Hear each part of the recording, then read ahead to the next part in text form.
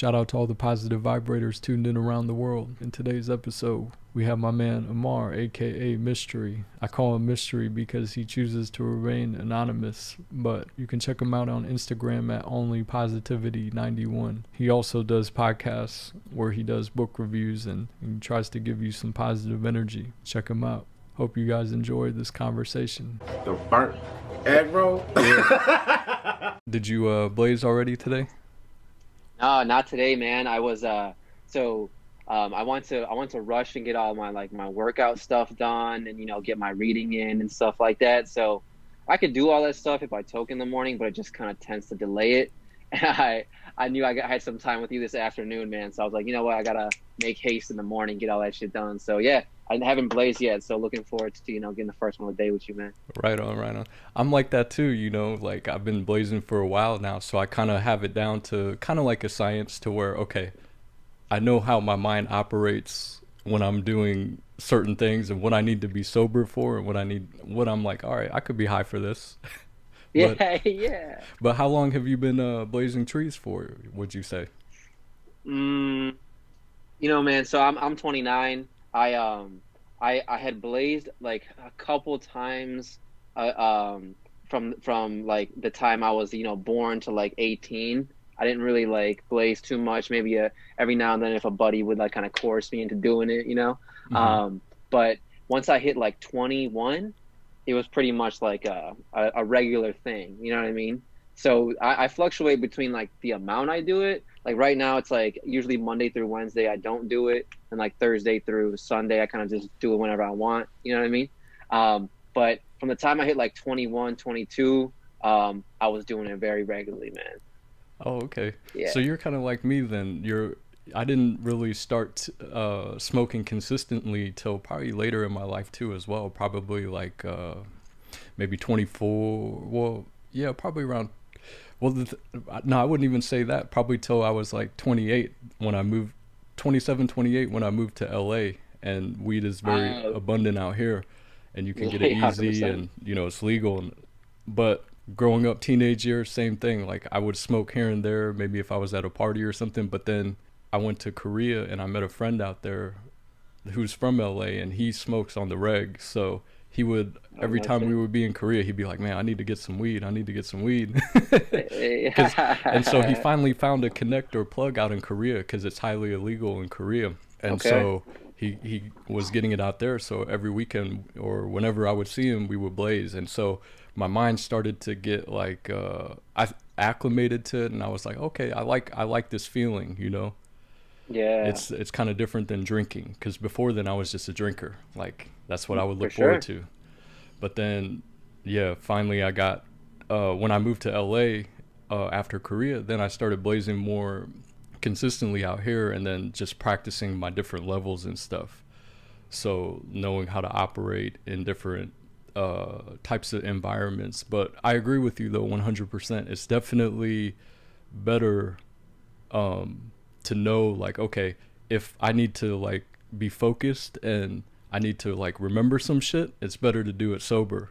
100%, dude. But like I said, I think you gotta understand the plant, dude. You gotta understand its effect on you, when to use it, maybe when not to use it. And I feel like that's when you form that mature relationship with it that gets rid of the stigma. You know what I mean? Like, yeah, dude, I can smoke weed and watch TV for hours and eat a bunch of shit. Like that happens sometimes. You know what I'm saying? It still happens.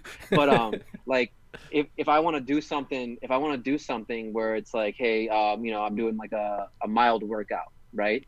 I'll pop a few edibles and do it, man, because I'm able to focus a little bit more. It's like it's a whole vibe, man. And or if I'm doing stuff throughout the day, if I want to smoke in the morning, I make a list of everything I got to get done when I'm sober. You know what I'm saying? So that way, all I got to do is look at the list, check this shit off, and then I'm good to go. You know what I mean? So you got to form your own relationship with it.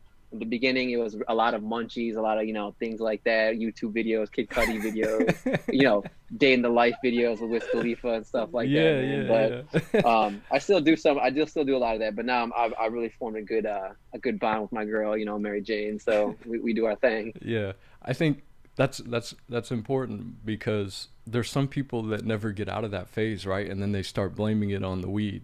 Yep. They get stuck in that, munchies and laziness and watching bullshit. But like, dude. I think once you can get out of that phase and then understand the benefits of it mentally and how to operate on it properly, Yeah, then I think it could be yeah, your best friend, right?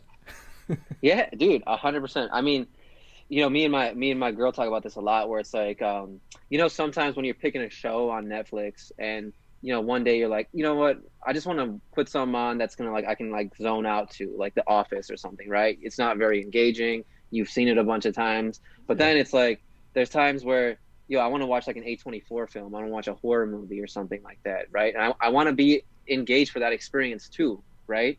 So when you think about like bud and stuff like that, right? There's obviously that first level where you have the munchies, you're just like zonked out, you're laughing a whole bunch, and that's cool. And then I think there's like another layer of it as you get deeper that makes people feel uncomfortable, like they're having these thoughts that they don't normally have, right? You start thinking about where my life is headed. You start thinking about those deep thoughts, and some people aren't like ready for that, man. That irks some people, and they're just visibly angry by that, you know. And I think when you ingest that feeling, you're like, dude, I'm just thinking deeper thoughts, and when I'm sober, let me apply some of that methodology that I was thinking. You know what I mean? That's like a different relationship you make with marijuana or psychedelics in general, man. It's but yeah, like to your point, dude. That's As what. you grow, you make new memories with it. Yeah, yeah. That's what my guy Yole Reverence, the dude that I did a podcast with, he was saying the same thing too. If you smoke every day and that becomes your reality, you get stuck in this like spiritual world where, all right, Yeah, everything is good, life is good, man. You can go through life like that, nothing wrong with it. But at the same time, I think in order to progress individually, you have to feel some kind of stress. dude, totally, totally, man. And you got to be able to operate in different environments, and I think that what will do for you, man. It'll give you a lot of different environments to operate in. If you can keep it cool in those environments, then you would have learned something yourself, I'm sure. You know what I mean? Whether it's a scary thing or a good thing, whatever, right? Yeah, I think learning to operate in All good things, both man. All good stuff realities. all around, bro. Yeah. Your podcast with was it Yole? Is that how you pronounce it? Hmm. Yo, that one was that was fire, dude. I was all about that one. I didn't get all the way through it, but dude, my dude's energy, you can't compete with that anywhere, man. He's going hard there with you, dude. I really enjoyed that one, man. That's that. Sometimes that's some of the best guests is the young boy, or I guess young human being energy is when they're in their Yeah, early 20s. And I'm 36 now, so I've been around the block a little bit. There's yeah, still more experiences that I want to get into, but like talking to somebody that is in their early 20s is different. I'm sure even for you, you're 29, so you've seen more things. So when you talk to somebody in their even teens maybe and then early 20s, that they're not like they how you have that like confidence where you're like you think you know everything. and yeah, and not in yeah. a bad way. It's good to be confident in yourself, but I appreciated his energy. That was the kind of energy that Yole was bringing, where it's like, okay, I like that. you, Hey, I can see you. I can see you, man. Yeah, dude. and A lot of times, dude, like, that energy, you hope it carries through. I feel like that's what keeps you young, dude. Like, if you hope that energy carries through, that passion for life carries through for the rest of your life. But man, this world has a way of, bringing that reality to you, and it's a little bit like melancholic. You know what I mean? mhm. So, like I said, I haven't heard energy like that in a minute, and just to kind of hear the that passion, dude. I was like, yo, I need some of this, dude. I need some of this. Yeah, I look for that every day, man, and I think weed for Yeah, me has helped me like find that again, because as you said, if we just travel through like this existence where we think we should be on based off what our parents and our friends and a life that isn't truly our own per se, like I think yeah, weed kind of helps break the monotony a little bit, and you can kind of like get in touch with your inner kid and be yourself again when you're high, at least for the moment, yeah, right? man. Put your flavor on your own life a little bit. You know what I mean? Yeah, that's another interesting one, man. I don't want to make any assumptions about you or anything like that, but Assume all the like way, man. I'm an hey, open book for the most part. I'll tell you 90 percent or more of like the realness. Sure, man. Yeah. So, one thing I'm saying is, Mm-hmm. you seem like you come from like an Asian heritage, right? Mm-hmm. And, like I'm Indian, so like I kind of am in that like subcontinent, I suppose, right? Mm-hmm. Now, one thing we probably both know is like the burden that like an Asian parent can put on their kids. Mm-hmm. Now, I definitely experienced a bunch of that. Now, did you go through a lot of that as well? Mm-hmm. Yeah, yeah, of course. Yeah, same type of thing. Like, my dad, he wanted me to go the doctor route. You know what I'm saying? Ah, And nice. when Yeah. you're young, you just say what you think is right to like make your parent happy. And so Yep. they stop Yep. Yep. nagging you or bothering you. You're like, yeah, that's cool. I'll be a doctor. But then I think once you get into like and start experiencing life, I got to college and I was like, man, I don't really like science like that, and the Yeah. stress of being a doctor. I don't know if I want to go down that road because you can actually start to think for yourself. And so there was friction between me and my parents. And it's funny because now like I don't really have that great of a relationship with my dad. Yeah. So I don't even really know if he knows that I do what I do right now, like podcasting. But I guess sometimes you feel like, okay, that's okay because, you know, if I just keep going and then something great turn happens from it, then that's when how people will come back around and be like, oh, okay, yeah, yeah, I believe in him, or I always knew he could do it, type of thing, right? Yeah, yeah. Like So they come out later, man. Yeah, so it's sometimes we just have to prove it, right? hey, man. Yes and no, right? Like for me, like personally, in the brief interactions I've had with you, right? We've probably just been knowing each other a couple weeks, right? Um, but like what I can tell is like, dude, you're someone who's not afraid to meet new people, have new conversations, wander into uncharted territory. Dude, how many people you think go their whole lives without even having a conversation or being open to one like the way you and I are now, right? Yeah. So like coming back full circle, like I think that's something to be proud of, right? I think that's an achievement. I think that's you branching out of your shell, right? Hmm. And I think so many immigrants came to this country with that. Yo, you got to be a doctor. My brother's a doctor, dude, right? So he went fully down that route, and he loves his career and everything like that. Nothing against him, but yeah, they have these like preset notions for us, these expectations, and then we don't fulfill them, then we're the bad ones, right? And that can weigh you down. That can take your life in a direction you're not necessarily ready for it to go. So you know what I'm saying? Like I Here's feel here's you, man. I here's feel you on here's those a things. sorry to cut you off. Here's a question, Nah, okay. and this is a kind of a high question, but I'm not even high. I haven't smoked at all today yet. But like, how much of that do you feel is mental? Like, do we feel? Do you think it's us personally that's like, damn, we didn't fulfill our parents' expectation, or is it real? Like, and I guess everybody's different. Like, but for you, I guess, since I'm talking with you, like, do you feel Yeah. like you and your parents, you're at a good space to where, okay, they respect your career and your life choices and all that, or you're still not at that spot yet where you feel it mentally? I think and that's a good question. That's a very good question. I'm gonna try to answer it like It's all articulately. You know good. what I'm saying? 'Cause I'm like, um, so one thing is like, I put the structure around myself, right? I got my own place. I pay my own bills. I do all those things, right? So at baseline, I'm covered. I'm not like asking my parents for anything, really. You know what I'm saying? So there's no real reason for them to come at me with shit, even though they do, right?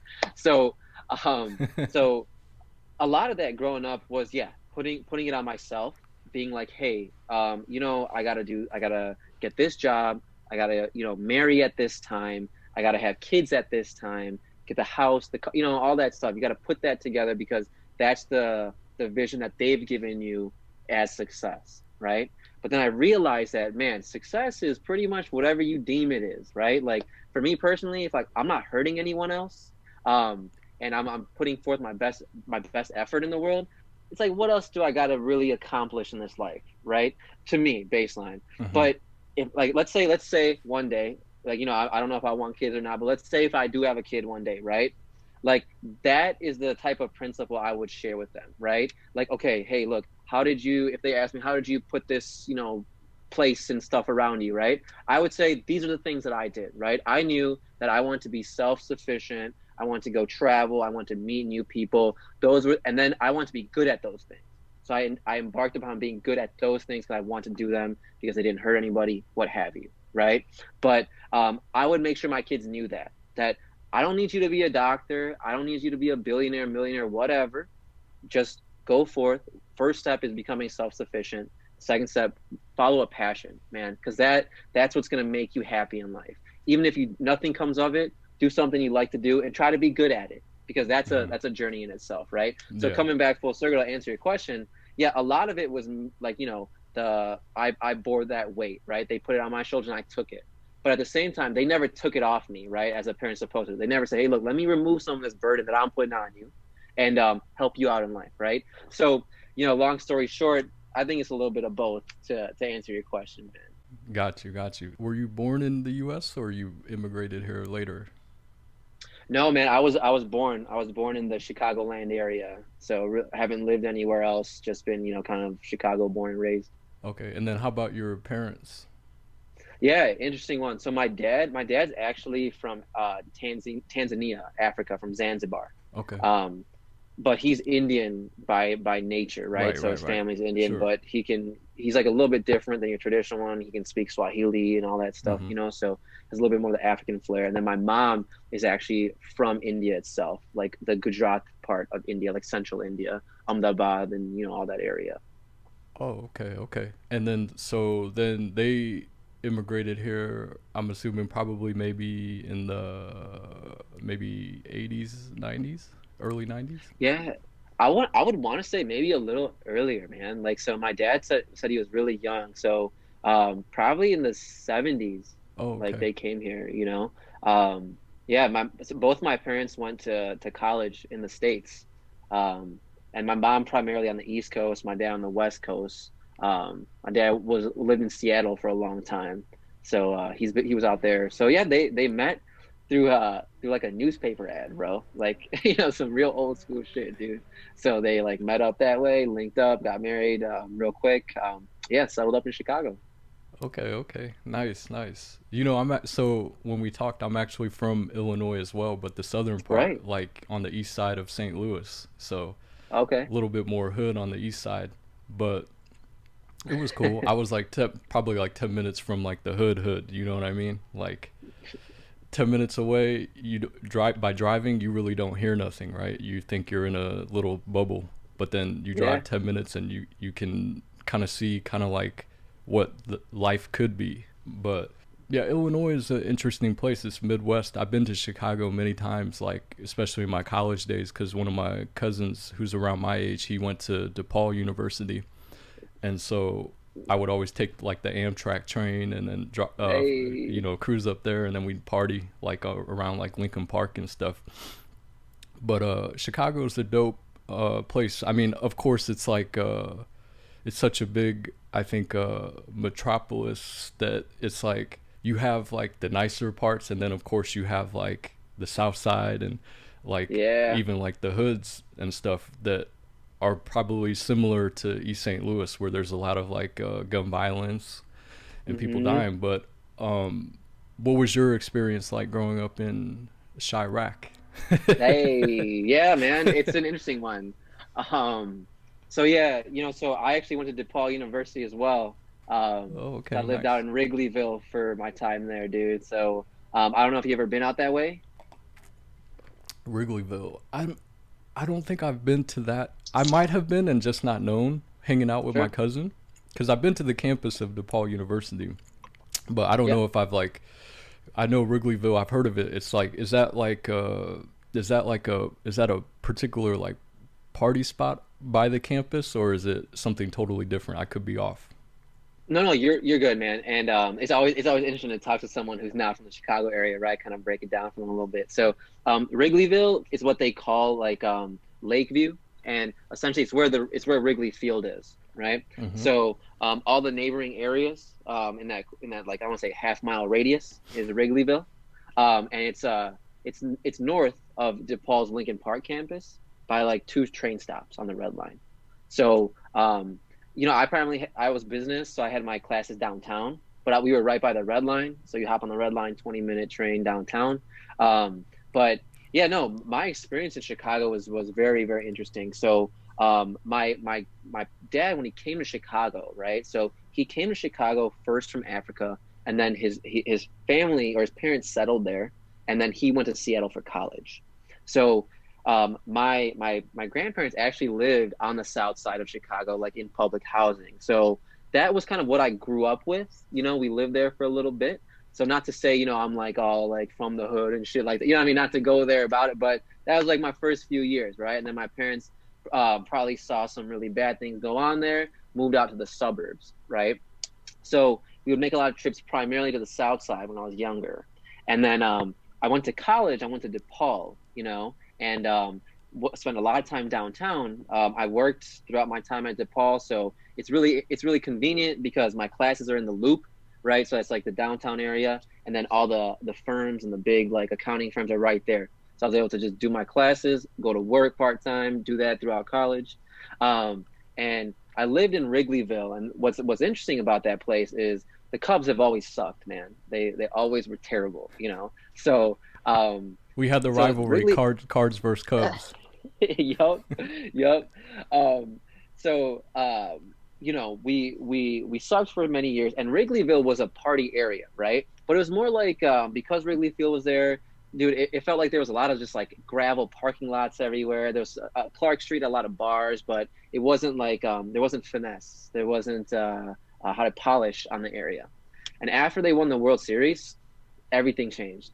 That place became an upscale spot. Bro, there was froyo everywhere. You know what I'm saying? Like that's how you know what I mean? And so when I lived there, there's primarily it was kind of like I wouldn't say run down, but it was like it wasn't as nice as it is today, right? Yeah, yeah. And then after that, I lived in South Loop for a long time. So that's like on Michigan and 18th. So it's kind of in the Loop, but on the south side of the Loop, right? And it's an up and coming area, like for a lot of like young professionals and things like that. A lot of nice little lounges and bars and stuff like that. So I lived there for a few years as well. So I spent like about 8 years in the city, living there, you know, day in and day out, right? And then I just wanted my own spot, man. I wanted my own place. I was living with my roomies since for 8 years straight. I was Hmm. like, I need my own space to do my own thing. Sure. So I moved out to the burbs. You know, I found a gig in the burbs. So ever since, I just been living out here, man, in the Schaumburg area. Oh, okay. Um, a I've little bit been, more of a yeah, yeah, yeah, yeah. I know Schaumburg because when I used to play basketball and my eighth grade team, we went to state and it was up in, or the state tournament was in Schaumburg. So I'm yeah, familiar with that nice. area. It's a nice area. Small So world, like, man. yeah, Chicago, and I'm sure Chicago is similar to LA in a sense that if you've never been there and you only hear like the negative stuff, you would think it's all negative, right? But then when you actually Yeah. go there, you're like, okay, there's some nice parts of LA, and then there's parts of LA you probably don't want to go to, right? Yeah, 100%, dude. And Chicago is definitely one of those cities, maybe similar to LA, that someone who hasn't lived in Chicago, if they come to it, they're gonna have you got to toughen up when you come to Chicago. I'll say, you know what I mean, and not that other people aren't tough or anything like that. I know a lot of family members that have been like, oh man, you know, Amar lives in Chicago. Let's go there and do something. Let's live there for a little bit. And you know, Amar's there. He'll support us and stuff like that. And all good, right? You come to Chicago and it's cold 90% of the time, right? So it's hard to meet people, you know. And then you spend a lot of time alone in Chicago because you know it's cold all the time. People aren't always out and about. In the summertime, everyone's out. You know what I mean? But it's a city where like you come here and there's a lot of big firms, right? And so let's say I worked at Deloitte, you know, I was working a lot, man. Like it almost ate me up. You know what I mean? Or, you know, working at a big firm in a big city, you feel like you're just like a number, right? Things like that. I know a lot of people that come and moved out, right? Hmm. Because like, oh shit, I wasn't ready for this. But I do think Chicago makes you a tougher individual. And if you can live in Chicago, I think you can pretty much live anywhere, man. Yeah. What was it like for you? I guess taking it back even further, like middle school, grade school times. Were you like in the suburbs, and was your classes like racially diverse, or Yeah, how? man. Hmm. I grew up I don't remember going to school in the city. Like I know it happened, but I don't really remember. I was really young. Hmm. So we moved out really quickly. I think like first grade I was in the burbs, you know. Okay. And always had a diverse group of people. So we moved out to this area called Aurora. Yeah, I'm familiar. And Wayne's World. yes, hey, there you go, Wayne's World, my friend. Um, Yeah. yeah, so we moved out. We moved out there, and when we got there, there was nobody there. Like, no, the developments were still all gravel. Like, they're just new houses being built, and there was a diverse group of all types of people there. Elementary school. Um, there was a heavy African American population throughout my time in school. And what's interesting about that is that Naperville is a bordering suburb, right? Yep. So most of the kids, the African American kids, would be at the schools I was going to in Aurora, right? McCarty Elementary, Still Middle School, Waubonsie Valley. They were there. Around like 2008, 2006, around that time, they redrew the borders to the schooling districts, and a lot of those families would go to Neuqua Valley, which is like a very affluent area to be in. So these people who are going to Waubonsie were going to Neuqua, and people who were supposed to go to Neuqua were coming to Waubonsie, and that caused a whole ruckus, man. And everyone was upset about that, and it's like all these racial undertones, bro, that I didn't really appreciate at all. You know what I'm saying? So. Primarily, I spent a lot of time, I hung out with a lot of African American kids, man, for majority of my schooling, and I was always a soccer player, so I played soccer all the time. So then in high school, when I got a lot more serious about it, I was hanging out with, a different demographic. Like, I was hanging out with a lot more Asian kids and Indian kids and, Caucasian kids. That was just the lay of the land with the people I was playing soccer with, right? So those are my primary friends. Which high school did you go to? I went to Waubonsie Valley High Waubonsie. School. Okay. Yeah, WV, son. Coming up as a kid, though, you said you went to the school with more African Americans when you were younger. Did they have like some kind of any type of like influence on like the music or movies that you got into, or your parents were more regulatory about that type of stuff? Yeah, yes is all across the board for that one, dude. So, yeah, man, my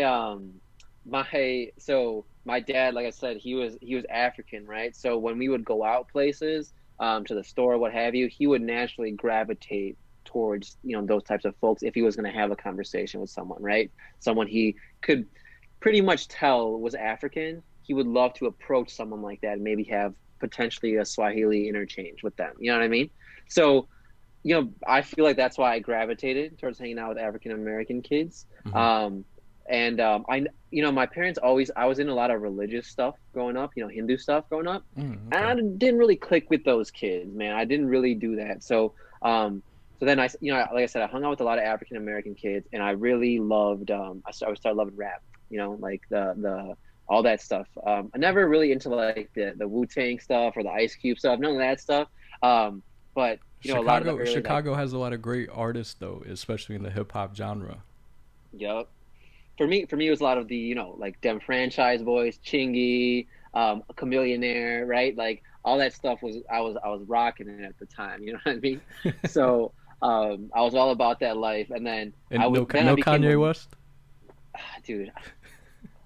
Yeah, man, I want to say I like Kanye West, dude, but he's just not up my alley of type of music. You know what I'm saying? Like I just never even like his earlier stuff.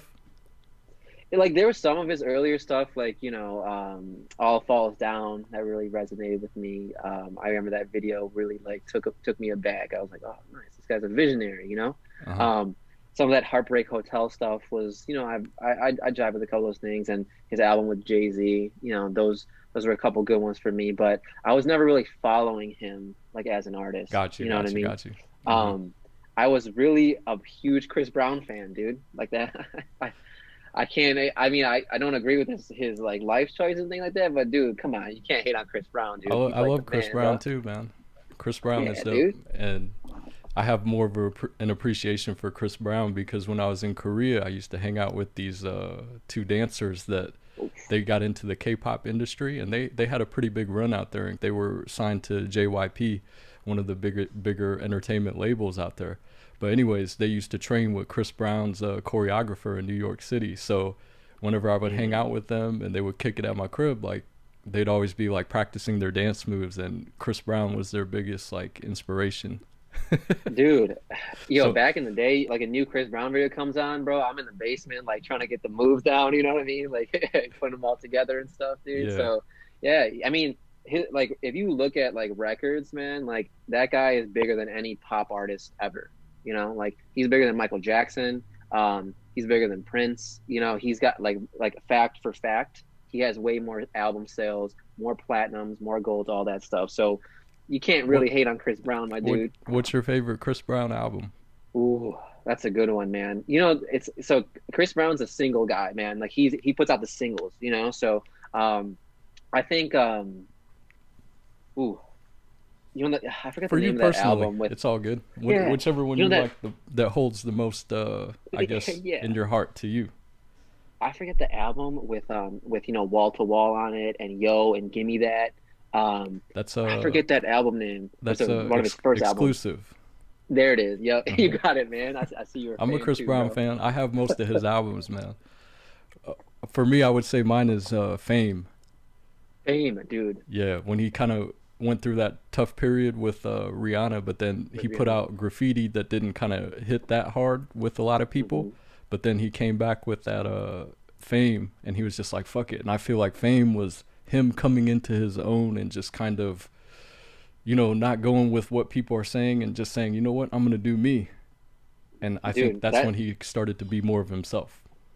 100%. Everyone needs a struggle, right? And I'm not saying that like what he did or if he did it was right or anything like that, but everyone needs that like, yo, I'm not gonna worry about what the media or anyone else is saying about me. I'm just gonna do what resonates with me. You know what I'm saying? And that's what I can't fault him for. You know what I'm saying? Like he's that guy, man. He's like kind of a bad boy, but he sings, he dances, he got a little bit of swag to him.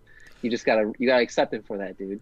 I think we all have that where we all can be like, you know what, fuck it, I'm going to just do me. And I think the thing that holds back a lot of people is money, which Yep. entails their job, right? Imagine you if you could go into your job and just, be high and just truly be yourself, right, with everybody. Yeah. Middle fingers blazing, dude, just like coming Not in. What's maybe up? not Good even morning. that. Yeah. But I mean, if that's how you want to approach certain people, like that's how you Yeah. could, right? But if you were just like, man, I'm going to go into my job and just like, just really be relaxed and just be my true self. And because I worked in corporate before, and that's the Yeah. thing I didn't like about it is I felt like at a certain point, once you get past the pleasantries and you get Yeah. down to the nitty gritty after you've been at somewhere for like, you know 3 to 6 months, that's when you start to see like who the real people are, right? At least what Yeah. they're portraying. Yeah, it's interesting, dude. There is it's a game, right? It's a game of chess Hmm. being in a corporate environment, and you really have to make calculated moves, otherwise it'll eat you up and spit you out. You know what I mean? Yeah. And it's we all got like we were talking about, right? We all got to do things to make ends meet and like be on our journeys in this world and things like that. So, but that how do I put it? That resource, that mental resource of being someone else at work and keeping your cool and keeping your shit together at work, I always say it's an exhaustible resource, right? Like it'll go away. It'll diminish if you don't step back and recharge, right? So a lot of people, they'll be on all day long, even at night after hours, right? But then you're more likely to have a moment where you get triggered, right? Because you've been in it all day and all night. So you have to pull back, and that's what a lot of people, at my job will be like, dude, how do you stay calm so often? I'll be like, dude, at 4:30, I hard stop. I'm done. So I've had enough shit all day. I've been high energy all day long, bro. You know what I'm saying? So my question for you would be though, like, do you ever feel like that like when you're doing your thing, right, with your podcasting and your YouTube videos like that? You ever have a moment where you're like thinking too much about what someone else is gonna think, and then you got to like kind of pull back, or maybe you take a token. You're like, you know what, dude? Yo, I'm gonna do me, bro. I'm gonna just say what I want to say. You know what I'm saying? Hmm. Within reason, I guess. You ever had moments like that? Hmm. The and this type of thing, like podcasting and making YouTube videos, like the thing I've learned is you can overthink things sometimes, but no Yeah. matter what you put out, because at the end of the day, it's like entertainment, and as a creator, you can think it's the greatest shit in the world, but if nobody's listening, then what does it matter? So Right. it's constantly always thinking, okay, how can I produce something that a lot of people will enjoy? And I think, Yeah. and so sometimes weed, it'll take you to that spot where you're like, all right, I'm gonna just do me, and just say fuck it. And Yeah. that's usually the stuff that I think more people resonate with, because it's something that's different from the norm. And Hmm. I think that's one of the things that you can kind of you might be able to tell, because at this point we're both sober, but I'm sure Yeah. once we start blazing, the conversation is it'll take a different turn, and that's that's why when I do Yeah. my podcast, I like to start sober and kind of get a feel for the person I'm talking with. And then once I'm like, all right, Yeah. it's cool, and then we start blazing, like some of my questions become like crazier, or I'm more expressive with how my energy shifts a little bit, A little more animated, man. Yeah, yeah. I'm all about that. I'm all about that, dude. I think it carries through. Like now that like I feel like people like us, we're kind of crushing the stigma around the plant, right? Going back to like bud and stuff like that. It's like I'll do a lot of my book reviews, right? If I read a good book, in order for me to really be articulate, like I realize that, hey, look, if you don't want to take your listeners down a weird path, weird stoned path, like just do it sober, right? And rightfully so. It's kind of like giving a presentation at work. I read the book, I make my points, I read them out, right? But let's say I'm talking about the Weeknd or something like that, or I'm having a conversation with someone like you, man, like that. I can be a little bit more laissez-faire with that. You know what I mean? Because that's a little bit more of me in there. You're gonna see a little bit of my multiple personalities and the way I am in different situations. And I Yeah, think we all do that, right? Like you're probably a little bit different when you maybe, weed let's say, if helps you to talk bring to it your out, though. parents. Yeah, You know what I'm saying? Like weed definitely helps to bring that out, right? To be more 100%. expressive and be in the moment and just be yourself. But then, yeah, I agree. There's times where you have to be on point, and you have to be a little bit more articulate with your thoughts, or when you're writing something. You know what I mean? 100%, dude. You want to be like, Too yeah, it spaced happens a out. lot, man. Yeah, dude. You ever listen to a song when you're talking a little bit, and you're like, damn, this thing slaps, bro. Like, oh shit, you're like fucking, going with it, and then like when you're sober, you're like, I don't really know, man. Like that, it's okay, you know what I mean? But in that moment, you're driving, and you're like, oh, or something, whatever, right? You're having a good time with it. I have a cousin who's a dentist up in the Bay Area, and he took me and my cousin and brothers, whoever I was with, to this live band playing at this barbecue restaurant. Yeah, They host these live events. First time we went there, right? We all blazed trees. We were high as shit watching this shit. And to go along what you're saying, when you're high, you just get in tune with it, right? You can kind of like pick and choose what you want to like get in yep, tune with, either the lyrics, the beats. You can even break down like the different instruments and just focus on one instrument and be like, damn, that's the shit. yeah, And so we were high, and I was just so intrigued with this dude. It was like a rockabilly artist, and he was just jamming on his guitar, like, yeah. and just going hard. And I was like, damn, this the shit. And I'm so high, I'm just like watching it like this. Months later, the same artist was playing at the same place, and I was like, damn, he was dope, let's go check him out. But I said, this time I'm not gonna smoke, I'm gonna just drink. Sure, and yeah. and so, so I was just drinking beer, watching him, and I was like, damn, I can't. It's good, but I can't. I'm not as in tune as if I was, say, blazing some trees at this time. You know what I mean? So I totally I agree with what you're saying. It's the experience from weed sober versus high. Yeah, man, 100% same page, dude. You know what I mean? Like that can happen to you, dude. And the funniest is like when you're doing it and like you're in control of the aux cord and you're with the boys or something like that. You're like, yo, I heard this song the other day. Let me play it for you. They put it on. They're like, yo, what the? What's wrong with you, dude? But yeah, man, it's definitely a trip, dude. Every time, man. I love the little shenanigans you can get in with smoking some bud. You know what I mean? Mm-hmm. Yeah, weed, weed is dope, man, and I definitely appreciate it more at this age versus when I was younger. And I Yeah, think I was gonna ask you, what do you think? Like, I have this theory that you know, because I know people that have blazed trees from a young age. They started early, like in their teens, and they never stopped until like Yeah. today, like my age, like in their 30s. So they've been a consistent blazer. And I'm like, how much does that affect their mentality of life versus if, say, they didn't smoke until like me and you, say, like at a later point in our life? How much of our reality would be different? I asked that same question about myself. Like, if I blazed trees consistently from when I was like 16, like how different would my life be today? Yeah, Do yeah, you ever dude. wonder that? I think about that a lot, dude. And I know there's a lot of different ways to, make that thought come out. Um, so one thing you'll never tell me, like I don't suggest people smoke weed to solve problems. You know what I mean? I'm not gonna say, hey, oh, you got a problem, smoke, it'll be fine. I'll never really say that. Sometimes maybe I will, but like not often, right? And one thing I'll never do is suggest it to a young person. I'll never be like, yo, you should do this, because it can. I've seen with like cousins and things like that who started young, it's like derailed them.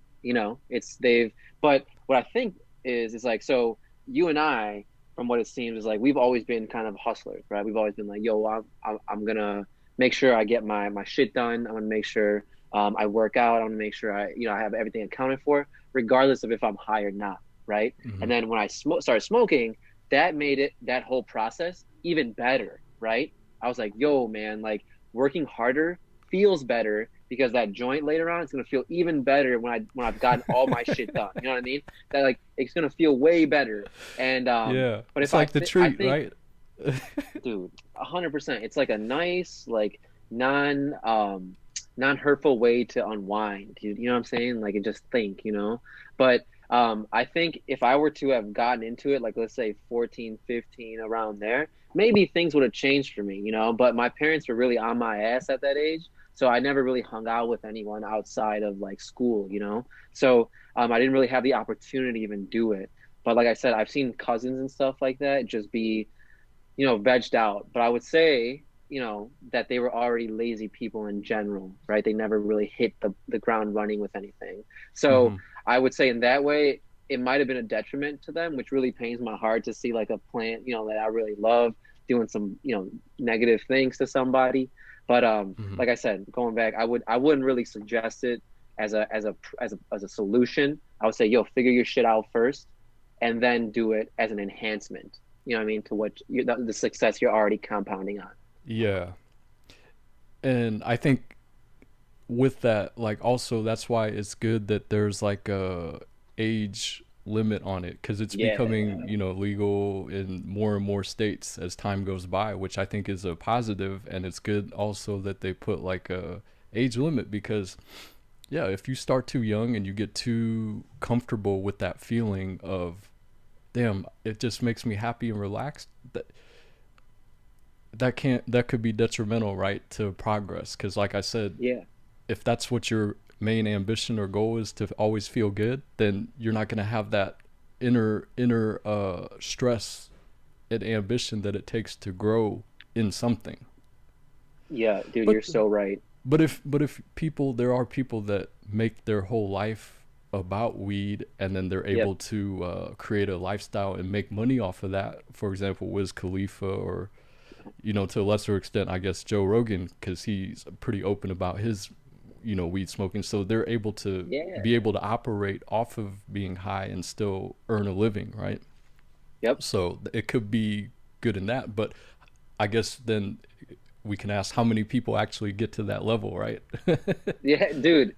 It's like man, it's like almost like getting to a black belt with it. You know what I mean? Like you have become what of an expert in it, and I think there's different levels to the way people use bud, man. Like for example, like I'll be interested to hear your emotional intelligence journey paired with cannabis, right? Like a lot of times, early on, like emotional intelligence is a constant like work in progress, right? You're always like trying to keep your cool, make sure you're not triggered in any moments. And then when I was younger, let's say I would be triggered by something, my parents said, or just in general, like upset about something. And maybe at the time, let's say, oh, I was like at the end of the day, I was pissed off at work, came home, took a bong rip, and then I was like, all right, I'm thinking clearly now. And now and that was for a long time. That was the way I used it, man. Right, kind of as an escape. Sure, But sure. then, slowly but surely, you start thinking about it. All right, dude, do a post-mortem on that situation where you were frustrated, you were angry, right? What happened? Why did you lose your cool in that situation, right? And I'm doing all these things while I'm, a little toked out, and I'm doing it. And then when I'm sober, the next day, right, I go to work and I'm like, all right, bro, you thought of all these like positive things of how you can counteract some of your boss's bullshit, right? Now do it, use it, right? Yeah, And yeah, then when it yeah. works for me, I'm like, boom, Mary Jane just did something good for me, right? I Hmm. just did something positive. I took a positive out of that negative, right? So I feel like a lot of people maybe don't do that when they smoke, right? And then you're using it as an escape, which is also fine too. Or But they let's don't say, do or they don't do what you said, which is very important, is to, internalize it through the weed, but then take action, right? Because exactly, if you just I couldn't have said internalize it it better. and then don't, you know, take any type of action with it, your thoughts, your positive thoughts, then nothing will Yeah, change, right? dude, 150%. Like if you're not taking action, man, you're gonna go have the same outcomes. You're gonna go through the same motions in life, things like that. So all I do is that, man. If there's anything bothering me, I'm not like looking forward to that joint. But a lot of times, what has happened is I've learned lessons. And then let's say like emotionally, right? When I read books and stuff like that, I read about emotional intelligence.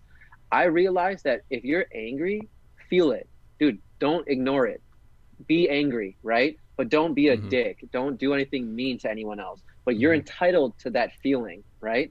You're entitled to be sad. Don't ignore it, because then you're going to develop a dependency on something else to like take it away, right? Be sad, figure out why you're sad. Did you do your best in that situation? If you did, that's all you could do, right? So those type of things I'll reason out when I'm a little high, right? When I have been.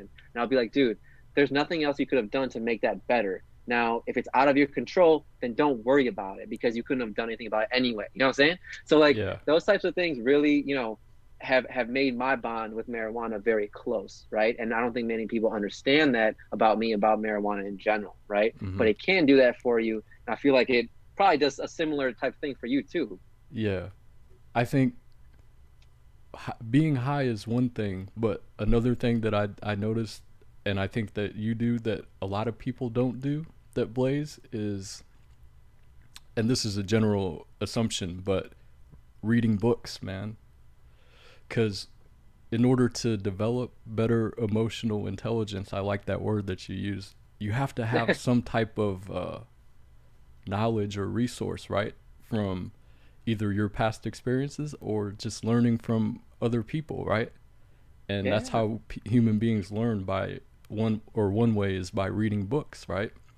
And so if we don't have that type of knowledge in our brain to pull from, then I think that's when weed, it won't make that much of a difference, right? But since you read books as well, and you blaze, you when you do have, when you blaze and you do internalize these type of thoughts, I guess negative, what we would deem negative, you can have more resources in your brain to pull from through the books that you read. And that's Yeah. that's something called crystallized intelligence. I don't know Ooh, if I you like ever that. I I don't know like if that. you I ever haven't heard that. I like that, Yeah, dude. I heard that from somewhere. Crystallized intelligence. That's just the intelligence that you have already, that you don't have to think about, you know. But how do Yeah. you get to that point where you don't have to think about it? You just read a lot, and you have more knowledge to pull from, right? Dude, 100%, man. I gotta ingest that term a little bit further, dude. I like that a lot, dude. I'm gonna research that a little bit. Yeah, dude. It's interesting, man. And I think, the way that you're articulating your thoughts and the way that we're talking right now, it's like, you know, if our emotional intelligence wasn't at a certain level, right? Like I wouldn't be open to hearing your experiences, or maybe even having this interaction with you, and maybe vice versa, right? You wouldn't be interested in having this with me. But because like, I'm a little bit more open, you're a little bit more open, after our conversation today, I would have felt like I almost took a trip, right? I almost went out of the country for a little bit, because I'm hearing what you got to say, right? And in that way, it's kind of bringing me that type of fulfillment. And maybe a lot of people can't put their own ego down far enough to get past it and listen to someone like you, right? And what you got to say. And but I find it highly valuable. You know what I'm saying? So like, you know, afterwards, I'm like, you know, I just want to listen to, you know, what you got to say. What is your perspective on life? And afterwards, after tonight, I'll think about it. I'll be like, man, this guy and myself, we've never met. We had, you know, long journeys in life, and you know, you're in LA, I'm in Chicago, but somehow we connected, and that was cool. You know what I mean? Yeah. So, you know, like, dude, I'll cheers to that. But it's just like a lot of That's what I love meeting fellow stoners, fellow people who are using the plant well, you know? Yeah, yeah. I agree. And I was going to say that's one thing that I learned is that the only thing that separates really human beings from other animals is our ability to exchange thoughts and ideas. And a lot of humans don't use that. Dude, 100%. A lot of people are afraid to even go there, dude. You know what I'm saying? Like to just to go there in your mind. It's uncharted territory, and yeah, like I said, it can make people like really off put to go into the types of things that like you and I are talking about. You know what I mean? Yeah. So, I mean, if we don't do that and do what we're doing right now, what makes us different than, you know, the other beasts of this planet, right? Yeah, dude. Like I feel like we're being civilized gentlemen, man. We're having a nice back and forth, a nice banter about the things we like to do, dude. Yeah. So I'm really excited to dive in with you, bro. It's gonna be a good time. That one book that I saw on your IG, the monk that sold his Ferrari. That's I've heard of Yeah. that book before. If you could like describe to the listeners like that book, The Monk That Sold His Ferrari, because that's an interesting title and I'm sure there's a lot of gems in that book. But what are some things that you took away from it? So I'm gonna have to be honest with you. That's the next one up on my list. I haven't gone through it yet. I'm finishing up this huge book called 2666 by Mm. Roberto Bolaño. It's taken me a minute to get through it, bro. So Mm-hmm. that one's the next one up on my list. But Okay. yeah, we'll definitely have to walk through that one. I'm all about like, you know, I grew up hating the way school taught. You know what I mean? Like I hated, yeah, for Me too. sure. Hmm. I hated school, the way they taught me things. But like similar to yourself, man, I was interested in learning, bro. I wanted to learn things. You know, I just Hmm. didn't want to learn what they were teaching me. Right. So what I did was, you know, over the past 2-3 years, I've made reading into a habit where I'm reading things that, you know, aren't really. I like reading history, man. I like reading politics. I like those things as well. But you know, I'm going into more like um, descriptive novels. You know, people who are doing some off-color things, but that's their style. You know, like there's so many different ways to read out there. There's so many different genres. So I'm rediscovering knowledge over the past 3-4 years, and you know, not to say I didn't learn good things in my schooling, man, but it just wasn't the style for me. You know what I'm saying? Yeah. That's why they always say real education starts after formal education. A lot of people they think that once they graduate that they're entitled and they don't have to learn anymore. They know everything and it's just about making money. But I think a lot of times people stop learning, you know, at least there's a lot of great information from great people that came before us or even among us today that they share a lot of their wisdom and knowledge, and a lot of people don't put that into their brain until maybe later in life when they become old, right? And by then what does it matter? Dude, Sometimes. exactly. Yeah, 100%, dude. Yeah, and I don't know if you ever find this with your friend group, but a lot of times, you know, it's you know, we all got our jobs, right? We all, you know, I work out, and at the end of the day, all you want to do is put some on and just kind of, you know, lean Hmm. back, whatever, right? And like, but then what separates you from everybody else, if that's important to you? But like, what makes you you, right? Like, Hmm. obviously, we all have our own flair, but you know, you know what I've been finding in my conversations with people these days? It's like if it's not about like your job or how you're making money, what do we have to talk about, right? Hmm. And that to me is a frustrating point, right? Because there's many other things to talk about, right? That I can tell you about what I'm reading. I can talk to you about where I want to travel next, who I've met recently, you know, their experiences. There's a lot of different things to talk about, man. And how do you make that a staple of your life? You have to make it a habit, man. You got to make it a habit to get out of your comfort zone in your exercises, in meeting people, man. And you can't just be someone, you can if you want, but you can't just be someone who makes ends meet and that's it. right? Mm-hmm. There's got to be more. There's got to be some bite to life, man. There's got to be some like something you're excited about in the morning and shit like that. So Yeah. yeah, I don't know if you experience like anything like that with your friend groups as you get older. In that sense, when you're more open, you might have to hear some things that you don't like. Yeah. Especially when it comes to like maybe what was big last year in 2020 was politics, right? Because of the whole Trump and like COVID and all that, like, and you hear these difference of opinions, especially with family. Like I'm in a group chat with like cousins and brothers, like, and some of the shit that they say, like, I don't always agree with, but it's always like, how do we handle that, or how do we internalize what they're saying, and do we want to look at it from a negative point of view, or try to, ignore it, or respond with a opposing idea or thought that might help them, like, be like, okay, maybe there is people that think a different way. Yeah. But I guess what you were saying about like friends and stuff, like, yeah, it's all different, and I try to take people on a case by case basis. Yeah. Like I wouldn't talk to like an older person and a younger person like the same way, or even my peers. I would talk to them different. So I think it's just like being able to address everybody as an individual is the hard part, I think, of communication. But That's a really good point. That's a really good point. So you got like a Brandon that's like, hey, I'm gonna talk to these people, this person, right? And that's the Brandon you're gonna get from yeah, right now. Then you got another person, you're like, hey, that's the one, that's the version of me you're gonna get now, yeah. right? Because I know my limitations in this situation, I know yours, and I've done and I know how to proceed. And I don't think it's not being fake if you do that. I Right. think it's being that's the real version that you're getting right now. That's the That's just real being me. smart, dude. Yeah, dude, Yeah, 100%.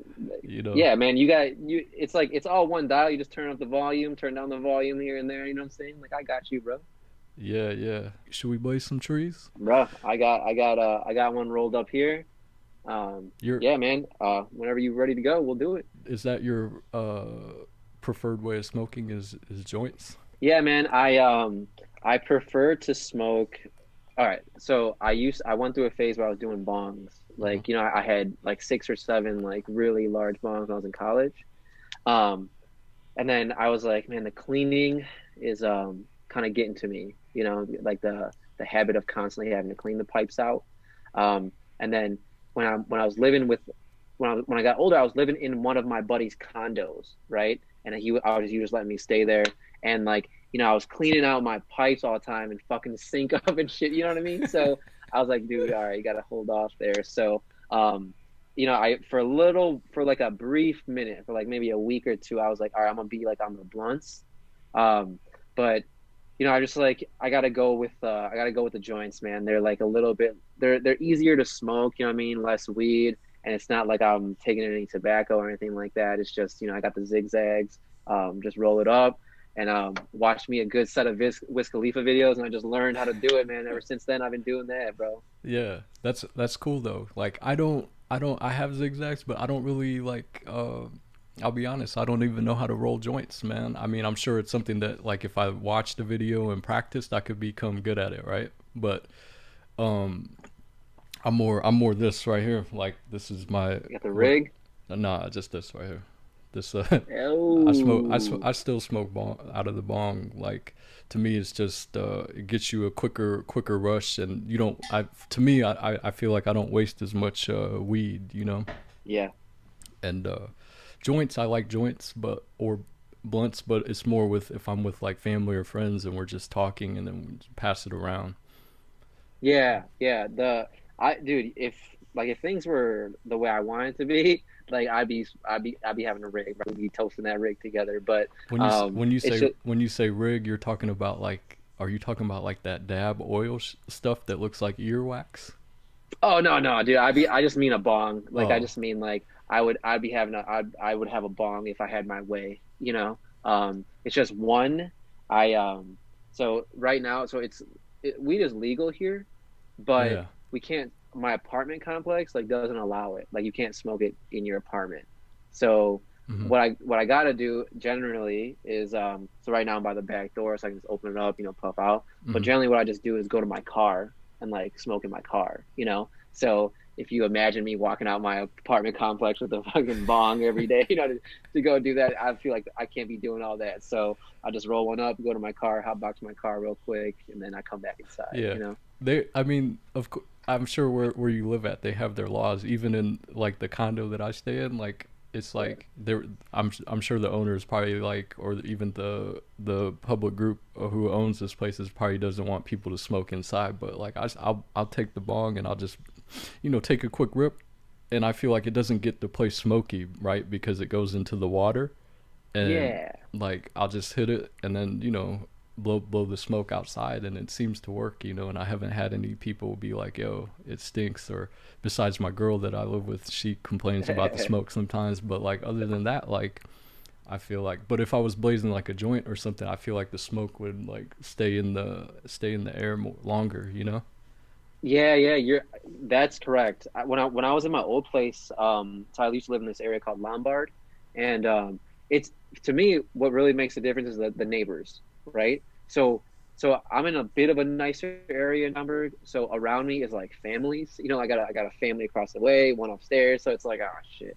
And then the in my old place, it was just all bachelors like myself. You know what I mean? So I would never go outside. I just be in there, doors closed. I wouldn't even open a window or nothing. Nobody ever said anything in my 2 years there. And no one's ever said anything here either. It's just like I got good rapport with the people around me, so I just kind of don't want to be a dick to them because they're older. I know they don't smoke. So I'm just trying to be courteous, I suppose, man. But Yeah, one of these days you'll see me on a bong again. it's kind of weird, like, because I know in Illinois we just became legal at the beginning of 2020, right? Yep. Yeah. So, and Yeah. then we became rec legal in California in 2016. So, yeah, I think 2016. But at first, you're used to it being high, quote, I guess technically highly illegal based off the federal laws. That it's like once it became like state legal in Cali, I was like, there's like an adjustment period where you're like, oh shit, man, you're still Yeah. trying to be secretive. But then as time goes by, you're like, shit, man, this shit is legal. What are you gonna do to me, really, right? Right. Hey, what can you do? Yeah, So funny that all the time, man. Because yeah, like sometimes you'll feel like you're just like in a corner, just like, oh shit, and you're like, who gives a fuck, dude? Like we're out here, you know what I mean? the, Especially like uh-huh. back when like clubs and stuff were open, right? Like if I want to pop outside of a bar and smoke a joint that I got in my pocket, normally I have to like run away and go down the alley and like be all weird about it, right? But Yeah, now like I can just literally pop in front of the place and yeah, do it similar to someone's bumming a cig, right? So right. yeah, it's an adjustment period, man. It's very Yeah, weird. for the most part, they might be like, if the establishment or wherever you're at doesn't like it, they'll be like, yo, can you put it out or go smoke somewhere else? But that's not something where like you got to worry about people like, yo, I'm gonna call the cops, right? The cops will come and be like, 100%. yo, put that shit out, and then depending on who the cop is, they might press you a little bit harder. But as long as you have like under the legal amount, right, Yeah, that's allowed, they can't exactly. really do nothing. They really can't even give you a ticket, right, if you're not doing anything illegal. Yeah, and I feel like for us longtime smokers, like we're gonna have to get adjusted to that, still, or like maybe me, right? And that's one thing we should talk about is like, all of those funny instances, like having to pick up from some fucking like dude, like when before it was legal, man, like, man, dude, the guy I used to pick up from, I hated it, dude. I hated going there, man. Like there was always people around that you didn't really know. They're always like doing other shit, like doing coke and stuff like that. And I'm just like, oh, I can't just get my butt and get out of here, dude. Like, let me. And then you always got to sit there and have some like kind of banter so he feels comfortable. You know what I mean? Like shit like that. So I was like, oh, dude, I was so glad to not have to do that anymore, dude. I'm laughing because that reminds me of the movie Pineapple Express, right? 100%, dude. Just like that. Yeah, where Rogan's like, man, I just want to get my weed and leave, but James Franco's character is like trying to like get him to politic and shit. Yeah, dude. Just like get in there, and I mean, it was weird, dude. Like, um, there was a time like where I was like really like, yo, I can't be going with this guy anymore. Like there was a situation where this dude like, the dude I used to pick up from, I like went over, and he was clearly on something else. Like I didn't know what it was, but he was like off his rockers, right? Uh-huh. And apparently like he had went out the night before, and he had like hooked up with some girl, and he said that she was like telling him to like be kind of rough with her, and um and he got a little too rough, and she said she was gonna press charges on him.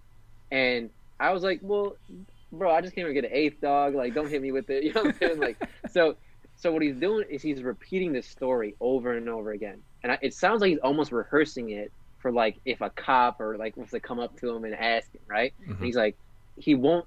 It's like a broken record, dude. And I'm like, I like am slowly backing away as I grab the shit from him and like trying to get out the door, man, before he says anything like worse about it. And I was driving home and I was like, what the fuck are you doing with this dude, man? Like, you gotta find something else, bro. And then once, as you know, it's so hard to find a good connect, right? He's charging me the street prices, right? That's like, $60 an eighth. They're like, a quad for like 110, which is like dispensary prices, right? And it's like, man, hook me up, dude. I've been coming here for like 6 years, bro.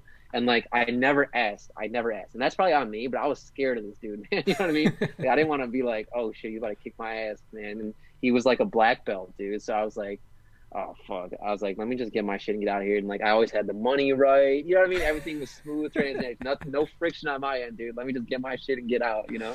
Yeah, let's blaze these trees, and I wanna ask you, like, how do you cop today now that it's legal in Illinois? But actually, I might take a piss too real quick before I blaze these trees, but I'll be ready. Oh, for sure, man. Yeah, Yeah, do your thing. I'm gonna just sit here and toke this, man, because it's Okay. gonna take me a minute anyway. For sure. Thank you.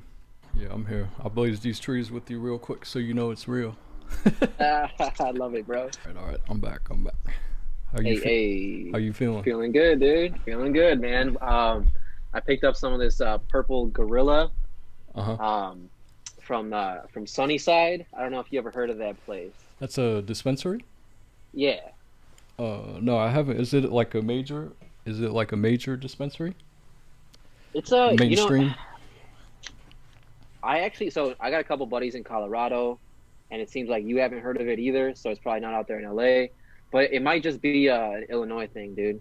So yeah, I mean it's they got the user experience down really good, bro. Like I'm sure you guys have been on it for a minute, but you can go online, you see the pictures of the shit you want, pick it out real quick. They got the they got the price right there. You can just go withdraw the money.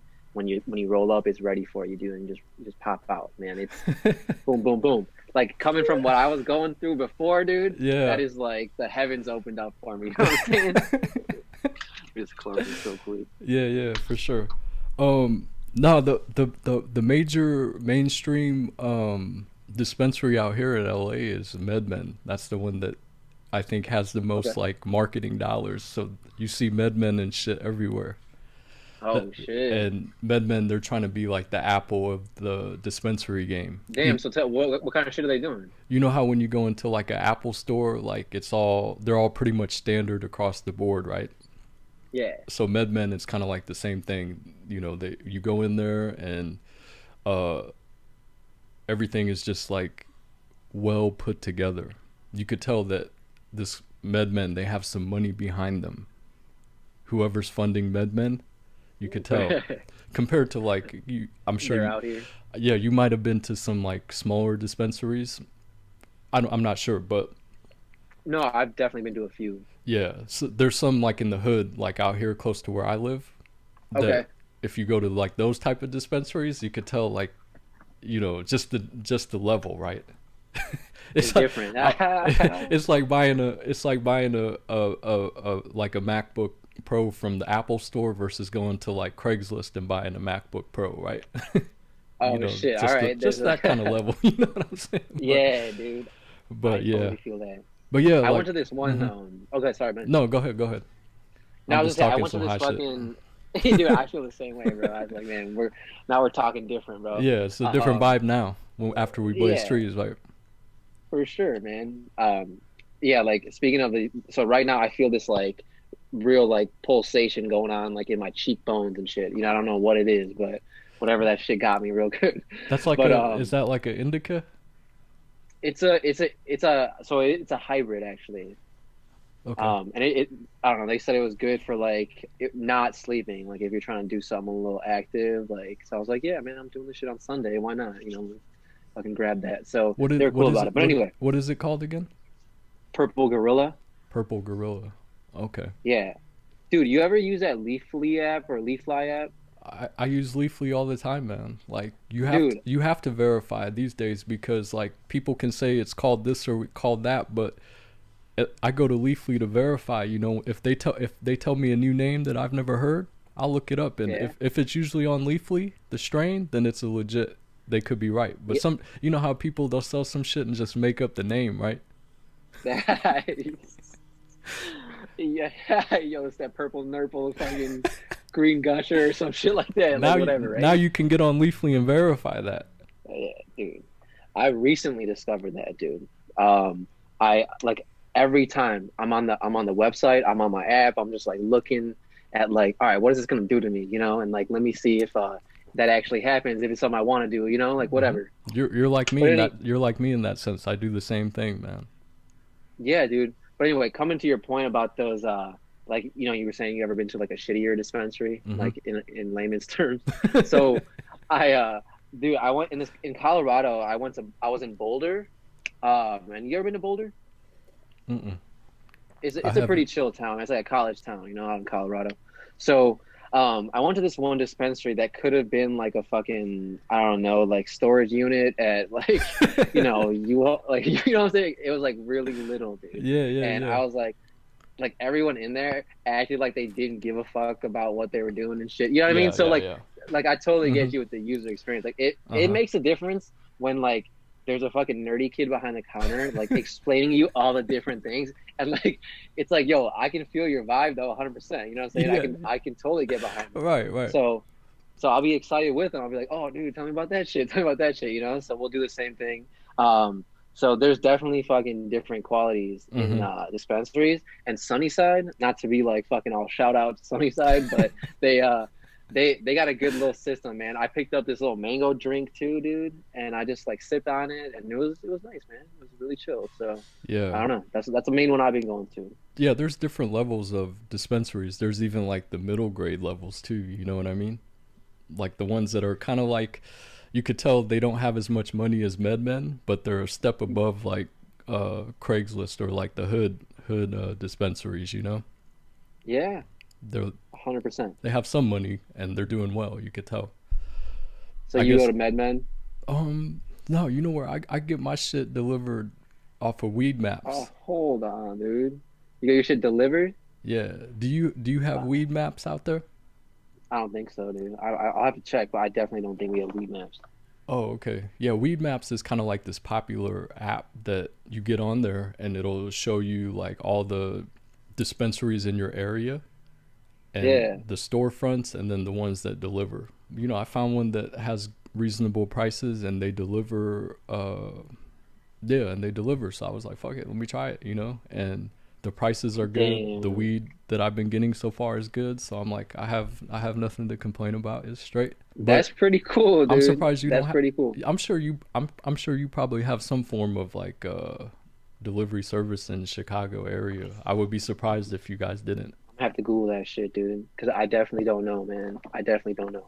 Because that'd be cool. Because right now, in general, all I do is go there and just pick it up, right? Uh huh. So having it delivered would be that much easier. Because if it'd be different if they had it open, right? And I could go walk around and someone could just be assigned to me and I could just kind of ask them what different things are. But it's not really like that as much right now because of the COVID stuff. You know what I mean? Just pick it out online, come pick it up. Mm-hmm. But man, I gotta check into that because that's some next level shit. Just having it delivered to you. Yeah. Or that might be something that yeah. Once you look into it, and I'm sure, like I said, I think you'll find some people, or you'll find that it's available out there. I should say. Yeah, But if it's not, that'd be something to like look into. I think as a business, or if you see that it's available and you're like, damn, I think I can make it more efficient and better for damn. people. I think that's something that you could get into. I mean, it's a thought, right? Because you like Yeah, weed. you got some forward thinking. Yeah, dude, I see you. Yeah, dude, I 100% would love to get involved with like a side thing that was like cannabis related. I just, yeah, like, dude, something exactly like that could work, right? I would just have to think about it a little bit. You know what I mean? Mm-hmm. That's really interesting because I don't know, man. Like everything we're doing, like you gotta have a little bit of something more like passionate you're doing that can hopefully generate some kind of income for you. That could be it, dude. I don't Yeah. know, dude. I was just talking about 8 Mile the other day, dude, and how like epic of a movie that was for its time. You know, it was such a out of nowhere movie, dude, and it like hit so hard, you know. And I was like, you know, I was never really into Eminem like that, but I definitely have seen that movie like 1,000 times, bro. What age were you like? Around what time did you like start getting into Eminem? When he pretty much first came out, I think like I was in high school, sophomore year in high school. That's how old I am. It was when he dropped Slim Shady LP, Damn, what my name is. And at first I was like, when I first heard my name is, this is my honest impression. I'll tell you because I'm high right now. for sure. Let me know. this is this is my honest, rawest, feeling about it at that time is Yeah, when my name is came out. I was like, this track isn't that great. I was like, okay, it's cool, for sure. but I have to hear more. And It grew on you. yeah, and he had some hype because he was with Dr. Dre. Yeah, And Dr. Dre, he's a well respected name in the industry. So he don't just co-sign anybody, you know what I mean? yeah, And so, you know, I was like, okay, let's see what else they put out. And then he put out that Guilty Conscious track. I don't know. Are you familiar with that song? dude. I'm sure I've heard it. I just can't recall it right now. Yeah. Okay. But anyways, it was like the second single off his Slim Shady LP, and then I For was like, sure. damn, this shit is good, man. I like the Hey, beat. I vibe with it. Let me check out his album. So for at that sure. time, you had to buy CDs. This was 2000, so you couldn't stream music like today. Before you decide if you want to invest in the artist financially and purchase some of his music, you can preview it for free pretty much today with streaming, right? Right, 100%. But back then, you had to buy the CD. Oh shit. But yeah, for sure. You got to go to the store and get it or order or something. hmm And this was before like even like LimeWire and Napster. Go ahead and give So your computer aids with LimeWire real quick. it was harder to download music too at that time. So Yeah. basically, you still had to get your music through going to like a record store and buying a CD. Yep. Did you ever like buy CDs or cassette tapes, or was that A before your hundred time? percent. I always had them, dude. I had, bro, so many of them. I'm not even allowed. I was into the Backstreet Boys and Sync and shit like that, dude. I had all the nows, dude. I had a carrying case. It was like a big box, dude, that I would take it on car trips. That always had CDs, man. Yeah, Classic. yeah, yeah, yeah. It's a lost art today. Yeah, 100%, dude. But it's just the times that we're living in. You don't have to. So tell me, dude, when you like were first starting to drive and shit, you used to burn CDs? Like you used to just like make your own tracks and shit? Yeah, yeah. Like like what were some of the tracks that were on like some of your CDs like when you were driving back in the day? Like them old school tracks, dude. Damn, when I first started driving, so it was probably around 2000. Yeah, around that time, probably like 2001. Yeah, 2001, 2002, probably. So at that time, I was probably listening to like, yeah, Eminem, Bone Thugs, Yeah, Tupac. Still, Tupac, I played a lot in my car. for sure. That Me Against the World album was probably my favorite. How about you, man? Like I said, we're both kind of out there right now, so it's hard for me to Yeah. remember all of it, dude, to be honest. But like there was definitely bro, you know that song Kiss Me Through the Phone? I just remember this one right now. That shit was definitely on my playlist. Definitely smashed that repeat button a couple times. I'm trying to think. There That was was Soldier Boy, right? Soldier Boy and that dude Sammy or whatever his name was. Yeah, yeah, yeah. I hmm know his name. I don't even know trying to act like I oh whatever his name was, right? But what do you call it? Definitely a whole bunch of Chris Brown, man. Whole bunch of Chris Brown. Uh, Mm. that was on there. Sean Paul, hmm dude. Like He was good. Temperature and shit like that was on there, dude. Um, you ever that song Get Like Me? Like Chris Brown's and it was like David Banner was like Stone is a habit. Get like me.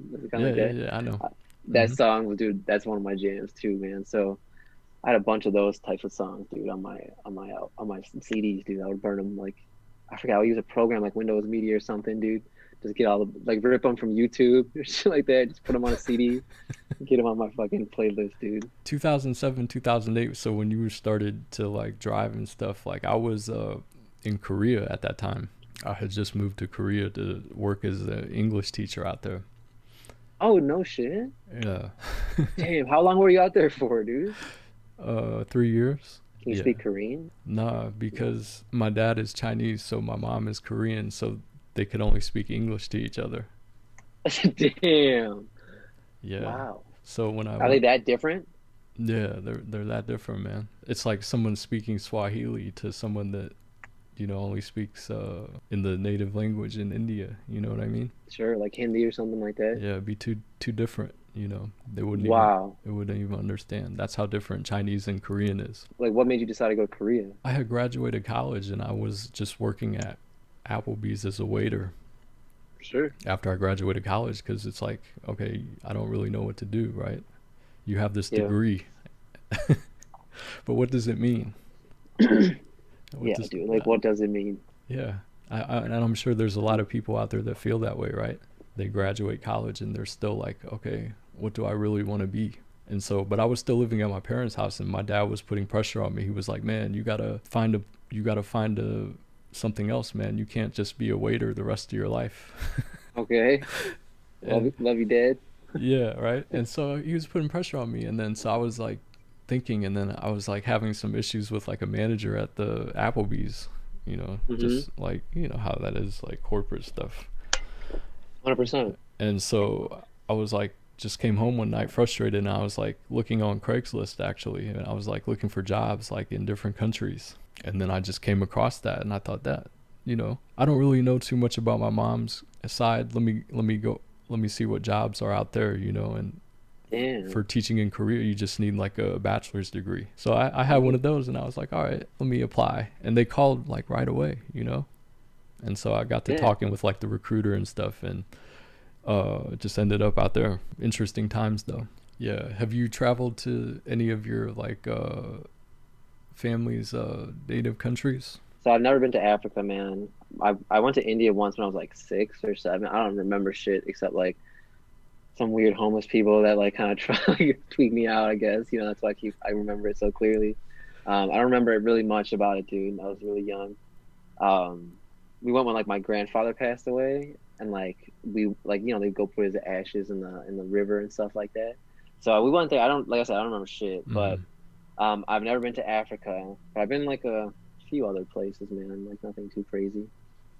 Yeah.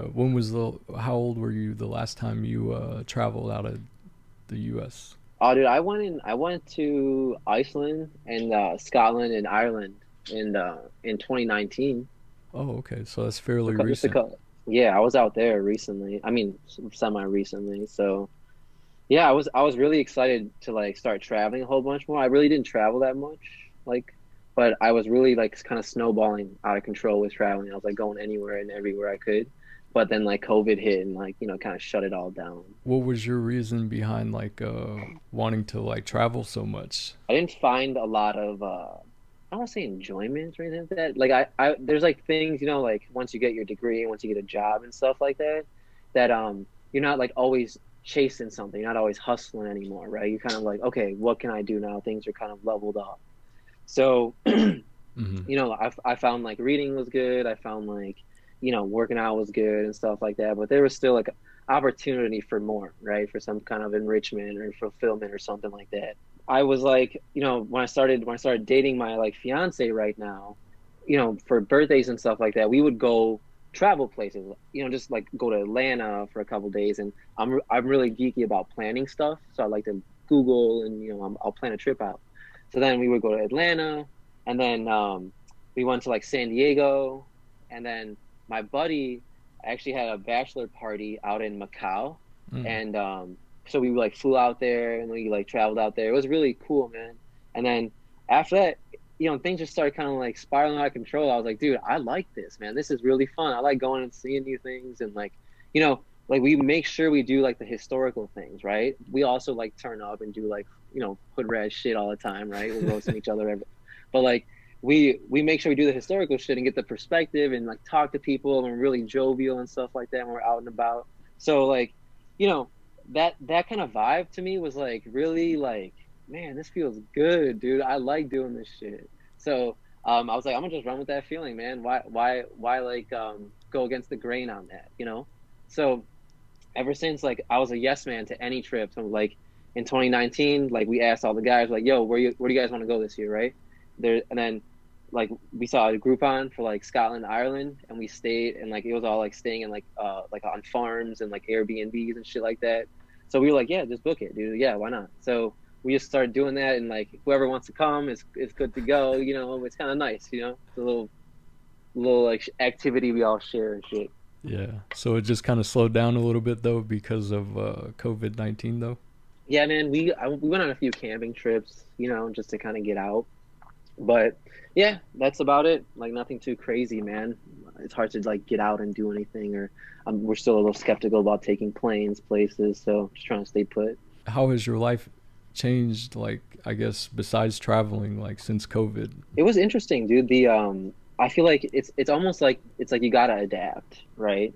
Like there's no choice but to adapt. You know, if you want to like, you should be able to thrive, right? So essentially, like long story short, just I formed a routine inside my apartment, right? Like, you know, doing my like exercises, doing my workouts at home. You know, what am I gonna do while staying inside to like keep me from going crazy besides watching TV? You know, like I definitely do watch TV a lot, but like, you know, what else can I do, right? And then I actually started like, I was going into like, I was supposed to get married in 2020, but then we pushed it off because of, you know, COVID and everything.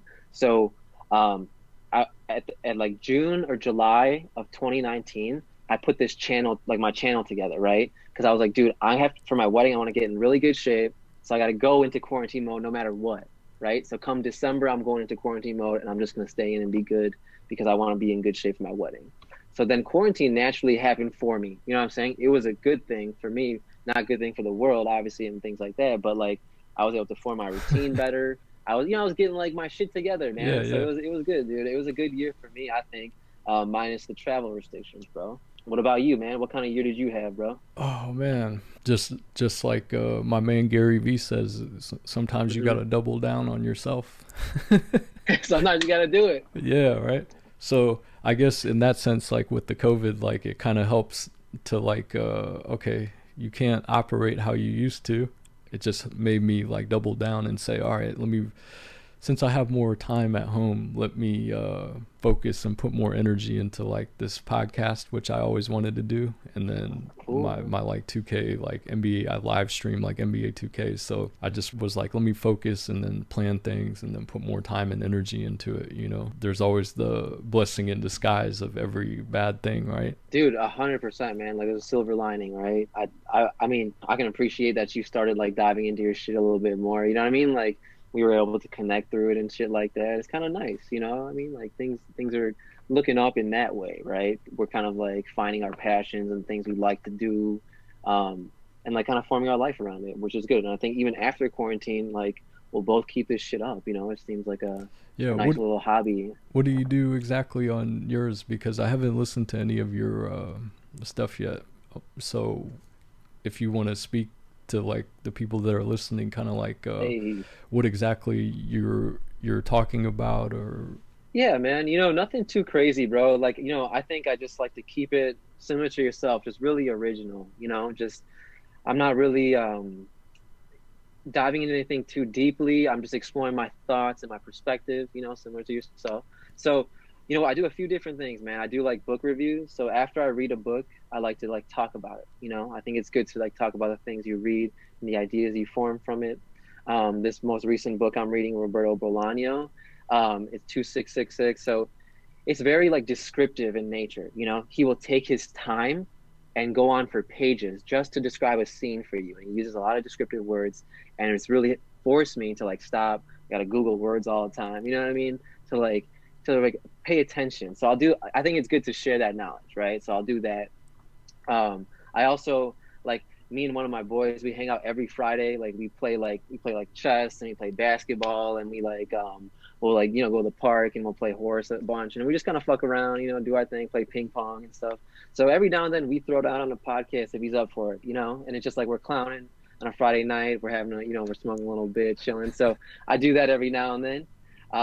Me and my fiance do like a few topics like once a month or so, just to kind of like chill and talk about our habits, like how the fitness is going, how the routine is going, stuff like that.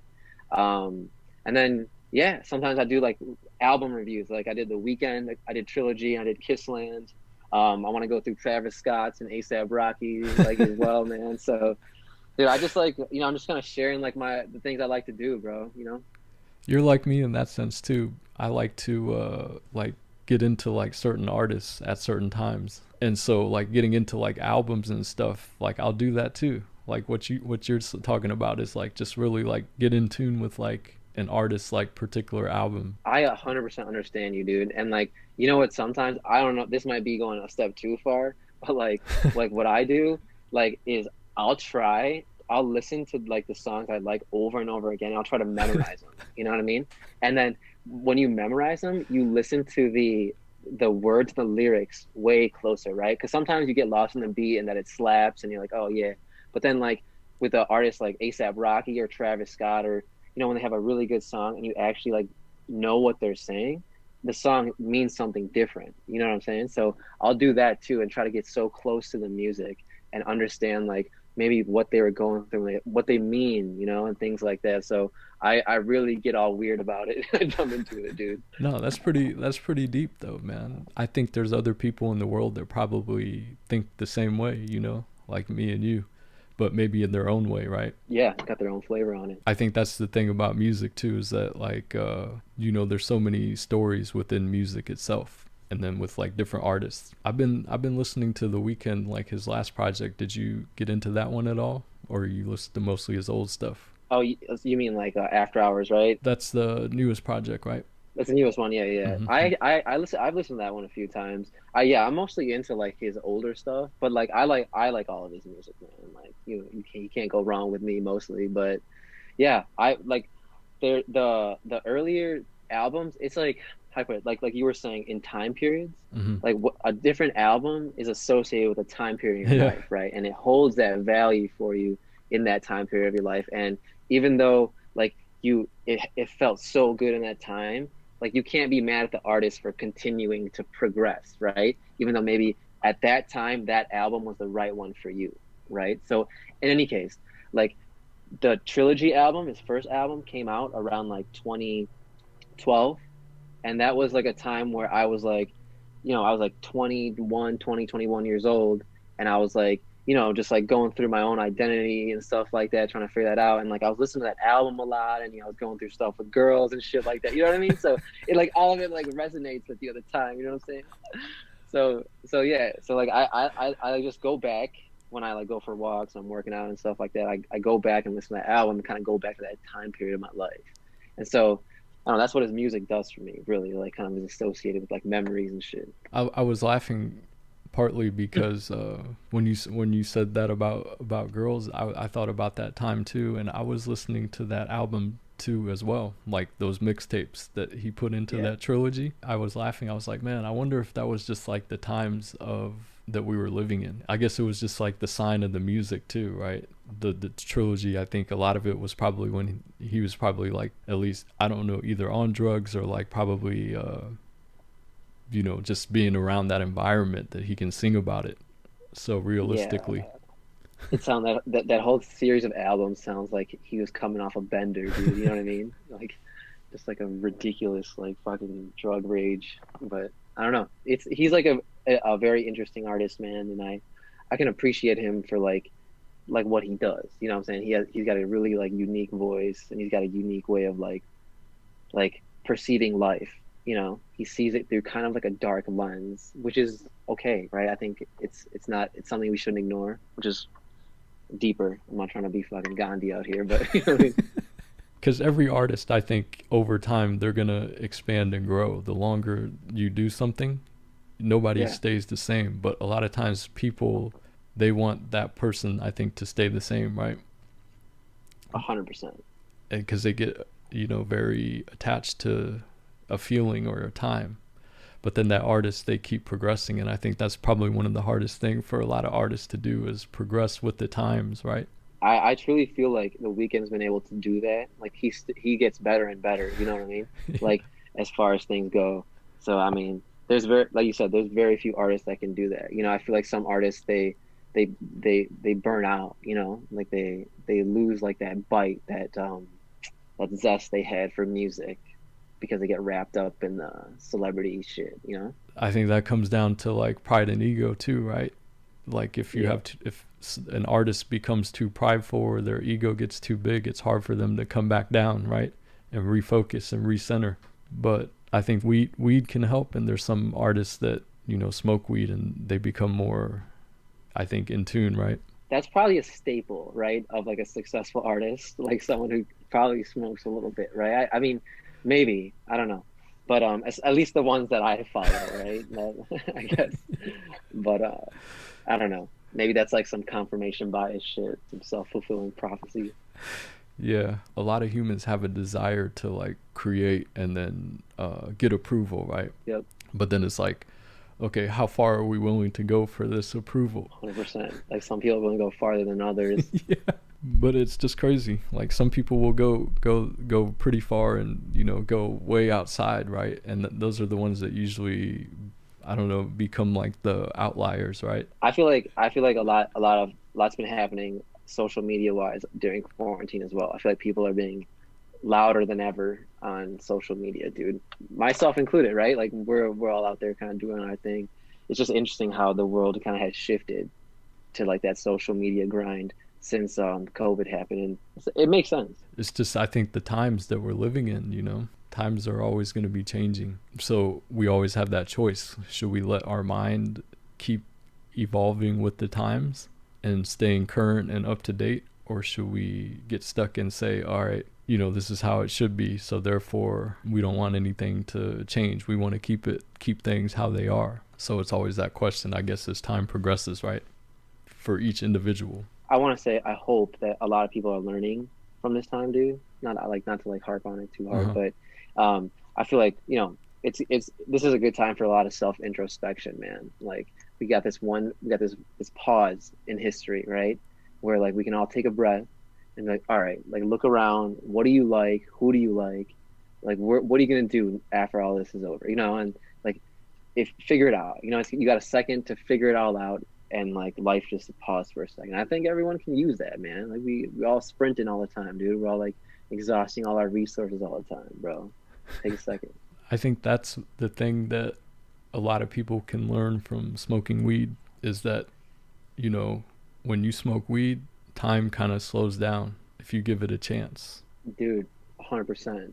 That's some deep shit, dude. Yeah, 100%, dude. You feel you can. It's okay to like stop and like feel euphoric for a little bit. You know what I mean? Like appreciate things and like be happy, dude. Like sit, tell someone you like them, dude. Like you know what I mean? Like give someone a hug, bro. Like you know what I mean? I feel like those type of things are all the type of shit you experience when you're kind of low, when you're a little stoned. You know?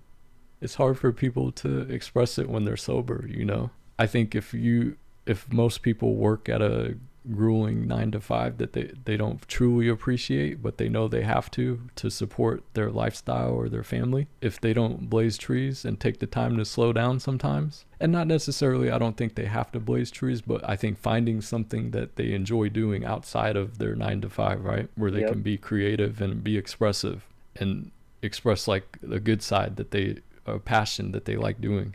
If they don't have that type of outlet, then it gets harder to I guess stay positive, right? I feel like it's a recipe for resentment, you know? So whatever, like, you know, if you have a family and let's say, for example, I mean, you probably chose to have a family, but let's say you're doing everything for them and you don't have anything for yourself, right? You're just working all the time. You don't have anything for yourself. Maybe that's a recipe for resentment. Like parents, for example, right? Immigrant parents, they come to this country, they got nothing. They set up this whole situation, Yeah. you know what I mean? And then they do it all for the kids. They don't have friends. They don't have shit, right? They all do it all for the kids, and then they're shitty to their kids because, like, you know what I mean? Like, dude, if you don't have something else, right? Yeah. Then you're gonna fucking do that to someone. You know what I mean? Like, you're gonna be a fucking dick to someone, and don't do that. Don't be that person, and do something for yourself. but we like have this like stigma against like self-care, I think, still, It's a vicious cycle, man. I think it takes like bold individuals to be courageous enough to, go the other way, and say Yeah. I'm not gonna keep it a circle, right? Or a cycle, I should say, because a lot of stuff that we see in history, I think, just repeats itself throughout time because how information is passed from generation to generation moves slow. I don't know. I feel like it's always met with like resistance, like if you think other than like what everyone else has been doing, right? It's always okay to question it, right? You should always question everything that you do, right? Like make sure you understand what you're doing. Mm-hmm. But you're always seen as someone who's like kind of like a dick if you go against what everyone else is doing, but you're like, nah, not really, dude. I'm just kind of like do my own thing, things like that. So I don't know. It's always, and I can see how it can be tough for people, just kind of like go against the grain a little bit, but like it's good for self growth and things like that. It's still very tough. There's still a lot of very, very traditional like thought out there and things like that. Not to say that's wrong or it's not like a good recipe. It's just like if that's what you want to choose it, but make sure it's what you want to choose, things like that. Yeah. Let me just say it. Like if you think that like something you say is like something someone should abide by, but you haven't, like you don't abide by it or you haven't experienced it, then you're just kind of that's like just kind of like prejudice, or that's like a emotional feeling that you're having that's like unfounded, not in logic, right? Like I'll be like, bro, like don't put your hand on that fucking pan because it's hot. I've done it, at baseline. And like then if you do it, it's like, like, yo, fuck you, that's on you. I told you. Yeah. But if I was like, dude, don't talk to that guy over there because like, he looks sketchy or something like that. Like without me knowing that guy and making that assumption, right? It's that um my reaction is very like prejudice, or it's very like I said, it's unfounded, not in any kind of logical reasoning. So I have to check myself if I ever have to do things like that. So I don't even know what the question was, but No, I feel what you're saying. And like a lot of times those prejudices are, I think, passed down from generation to generation, right? Because kids, they just learn from their parents, like whatever, yeah, or whoever. It doesn't necessarily have to be their parents. It could be like a legal guardian, right? Whoever is raising them, or just whoever they yep. look up to. That's how they are going to perceive things until they go outside of what they know. Don't you think immigrant parents are like super fucking racist, man? like like I totally feel like all like my so like the Indian people like I grew up around, like their parents were all fucking racist, man. They're like, oh dude, like, and then you get older and you're like, dude, what? Like you were saying that to me when I was younger. How could you say that to a young person? Like who's like impressionable and stuff like that. Like don't say that. But yeah, I don't know. I don't know if you experienced anything like that. Yeah, I think you hear things, right? But then also on the flip side, as we get older, we process it, and I try to think like why they probably think that way, right? And I think a lot of Yeah, it you is try to just, put yourself in their shoes. and then you're just like, man, it's just probably like the cultural differences, right? I think Yeah, I mean, it's a lot of communication problems. America is like one of those countries where we have so many different cultures living in one nation that a lot of stuff we see is because of, I think, the cultural differences, right? If we lived in like a homogenous country like say India, or like even some tribes in Africa, like our mentalities would be different, right? it'd be a different type of life for sure, man. Like if it was just all like that, like let's say for example, it was all like various tribes in like a sub-Saharan area. Imagine like what like we would all have different like jobs to do. Like I'd be the dude who like digs holes or something like that. You know what I mean? Like it'd be a very different life for us, dude. That happens even so close to home here in Yeah. we can say in Chicago and even in LA. Just the different like not demograph, but I would say economic classes, right? You can just see like how different the mentality is, right? Yeah, there's very stark differences in people's perspectives, like based on like their social standing and stuff like that, you know. Yeah. It's interesting, man. Like even down, like you ever think about like not to get too like public health about it, but like social determinants of health. When I was in grad school, I did this like this health survey, right? And we did like a survey of basically what it was like different fruits and vegetables on this like sheet, right? And essentially what you had to do was write what the fruit or vegetable was and how many times like approximately you've eaten it in the past 30 days, right? So we did it once in downtown Naperville, which is a very affluent area, and Mm. then we did it once on 47th and King in on the south side of Chicago, right? And so, dude, you'd be super surprised to see the differences. And that just it's like a that's like the tip of the iceberg in like the differences in mentality there. Like people on us on the in downtown Naperville pretty much knew everything, you know. And then people on the south side pretty much knew nothing, right? They didn't know what lettuce was. Like they had never seen like yellow bananas and things like that. Like it was such a stark difference in the way that and in just in their survey results. But if you think about just from that, like their life perspectives, like you're not seeing bananas, you're not seeing like lettuce, you're not seeing tomatoes, and this person has all of that in front of them. You know, they're eating that. And so like what is your life journey? You know, they're so different based on just this one survey I did. It's crazy, man. Mm-hmm. Yeah, that's why it's so difficult, I think, for people to agree on things in the U.S. is because there's such a stark contrast in just like cities like that, you know, like bigger cities between like the suburbs versus like the inner city. The mentalities are so different. Remember that new term that came up last year, Karens? Oh yeah. Yeah, that's why that term even came up, right? Is because the way of thinking is so different from like people with more affluent areas to like people like in poverty, right? You know, you don't really think about it as much because I don't know, like it's hard because like we didn't, I don't know, I didn't experience poverty really, right, at all. So it's really hard to put your mindset there because you can never truly experience it. But when I do think about like if I didn't have the things that I had or the knowledge that I had about like, you know, healthy eating and like, you know, growing up, we ate like shit. Like I always played sports. So I was never overweight or anything like that. But we would eat Taco Bell like 3, 4 times a week. Like, you know, everything's carbs with Indian food. It's like a bunch of rice, and things like that. So, you Yeah. know, all in all, it's you know, it's a little bit more unhealthy. And then, you know, as I got older, I like, you know, realized that, hey, look, dude, you got to eat certain things. Mm-hmm. You got to realize that carbs do this for you, you know, like, you know, protein is this for you and things like that. Right. So you never really realize that until like you actually learn that from someone. But what if you never had that resource available to learn that, you know?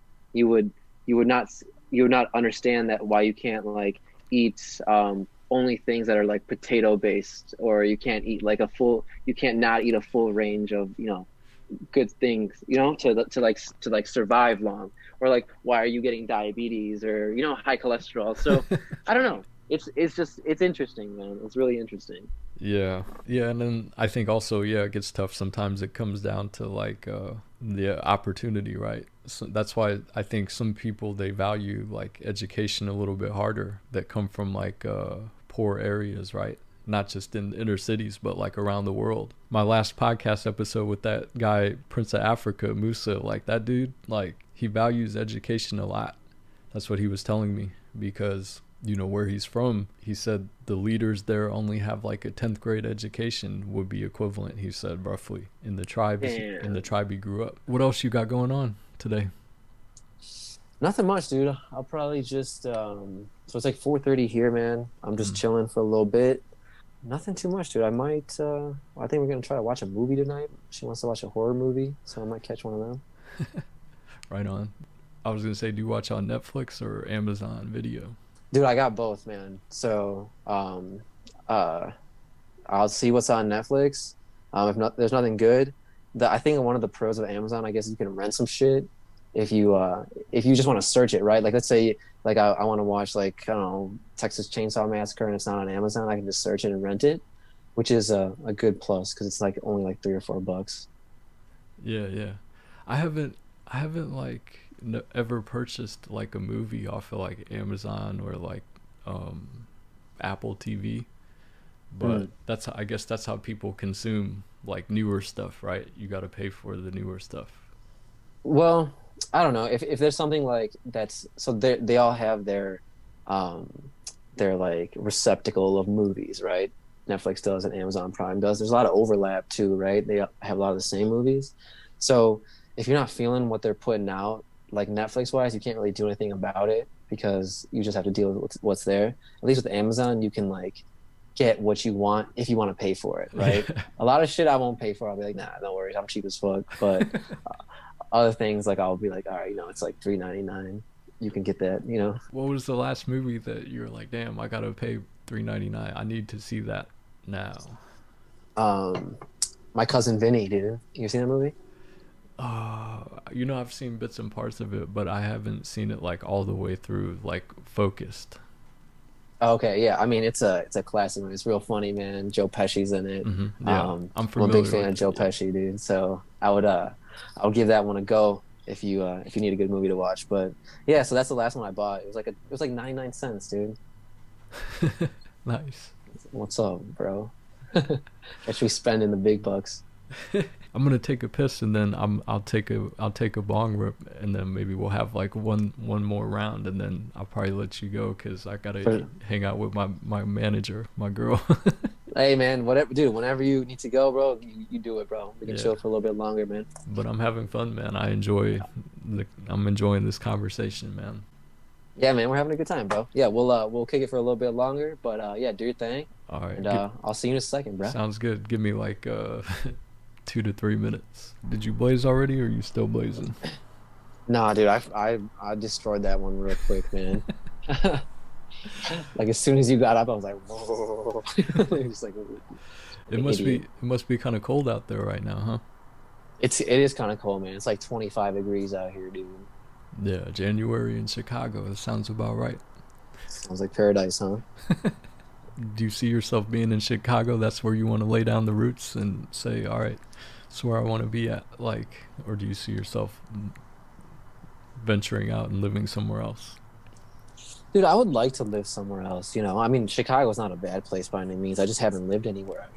So it'd be cool to like experience something else. I think like you can probably attest to it. Like it's probably good to like see like how you are in different places and like how your personality develops and shit. So I'd be down for that.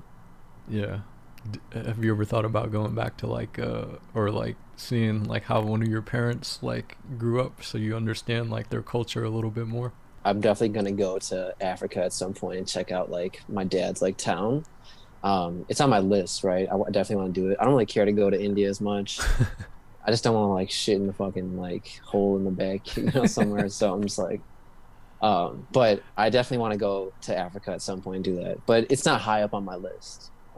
Got you, got you. What were you smoking on? Maui Wowie.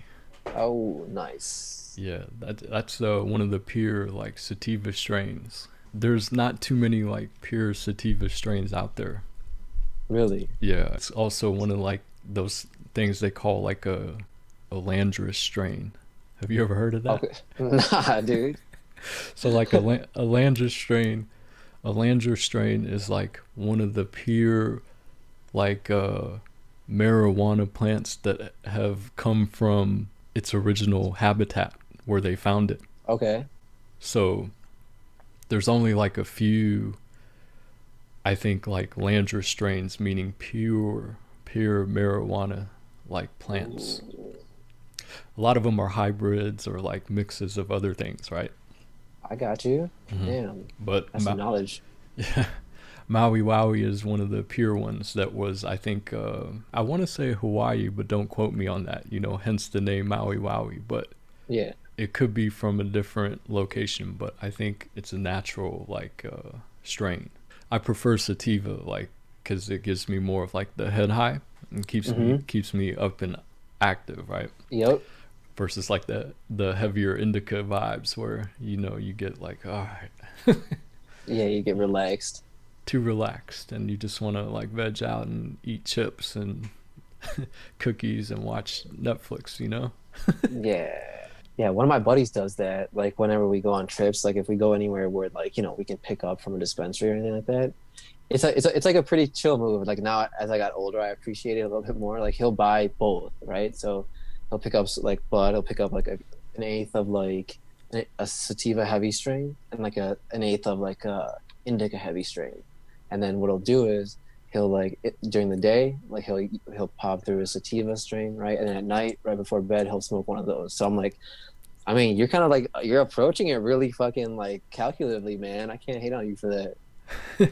It took a lot of practice to like get my levels to where, okay, I kind of understand how my mind operates on different strains and at different times of the day and in the morning, at night, and then you can kind of like, I guess, calculate, okay, this is how I want to be like Yeah, at this time of the day, right? for sure. I guess for you, like, what do you think? Do you feel like you're at that point where that you feel the difference between a heavier indica versus a pure sativa? I think now that I pick up from a dispensary, I do. I think before, like never. It was all kind of the same to me. Like whatever he had, it's like I got it.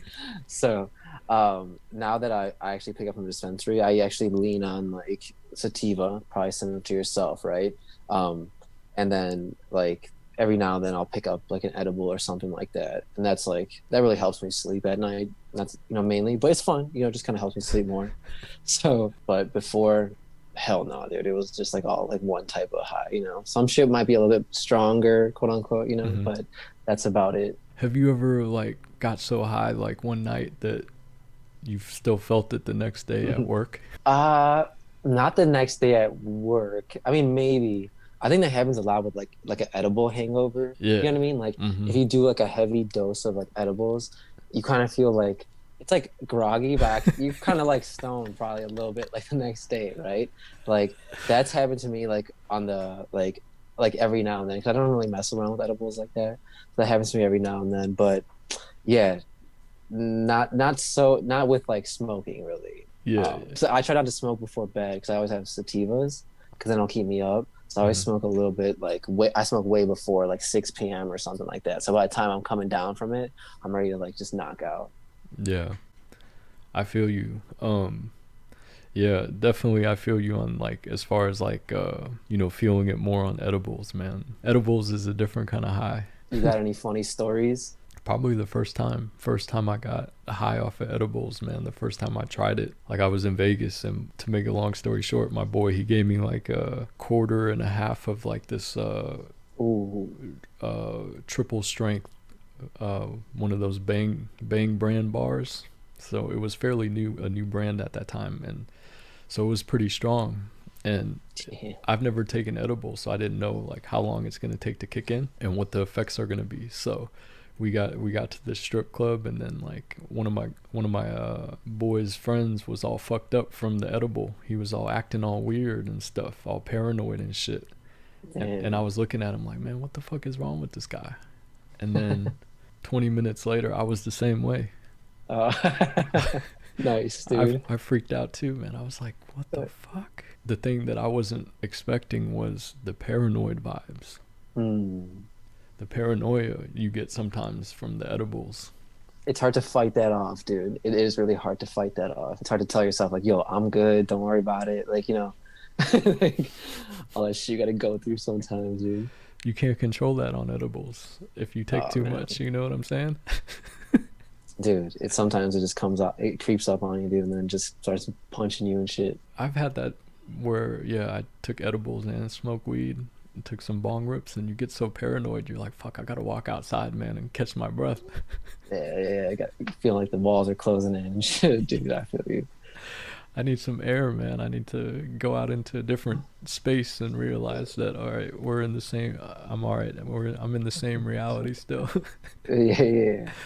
Like sometimes when you're like in, yeah, I totally feel you. Like you feel like everyone's like talking way too loud and like it's kind of like you're getting uncomfortable. You just gotta like step out for a second, let it be quiet for just like 30 seconds before you can gather yourself. I've been there with you, man. I totally feel that. Yeah, that's the tough part about edibles, man, is that if that strong paranoia hits you, man, you can't control it sometimes. Flowers, I think, is easier to control, right? Way more manageable, dude. Like for a regular thing, it's way more manageable than like doing edibles, because it's like I don't have that down to a science yet. I'm not a it's like I feel like a pharmacist should like prescribe a person edibles like the proper amount, because it's either way not enough or way too much for me. Yeah, I think right now, like, the proper dosages are around like that the standard is usually around, like, I think 10 milligrams Nice. in a dosage. Like one gummy or one cookie for people starting off is 10 milligrams. And I've tried 10 milligrams, just going off of 10 milligrams, and I'm like, okay, I feel something, but it's not very strong. Right. So I think for me to feel something is around, like, right now, probably like 30 to 40 milligrams. Yeah, that sounds about right, dude. I think that's an accurate statement. There's some motherfuckers though that crush like 250 milligrams at a time Oof. of edibles, and I'm like, damn, that's hardcore, man. Yeah, that's like an experience, dude. You can't be doing that all the time. Yeah. Have you had any like bad trips off of edibles, or only good experiences? No, I feel like I've always like been able to control it. There's definitely times where it's been like a little bit more like oh man, like this is crazy. Like I'm losing control a little bit, but not like really, you know? So I never has there been a time where I'm like I didn't like that. Like, I wouldn't do it again. I've always had a good time. There was a couple times where like so we went to the airport once, you know, and like we thought we like tweaked out and we're like, oh dude, we have like some of these brownies with us and shit. And like we tweaked out and like we like ate all of them, right? Like idiots, dude. So like we got through and shit like that. And then we got to the gate, and then like we were obviously feeling it big time. And then so Yeah. we just like all passed out, right? Like in another gate, right? That was across the way. And so somehow out of luck, I woke up, or one of us woke up. I don't think it was me, man.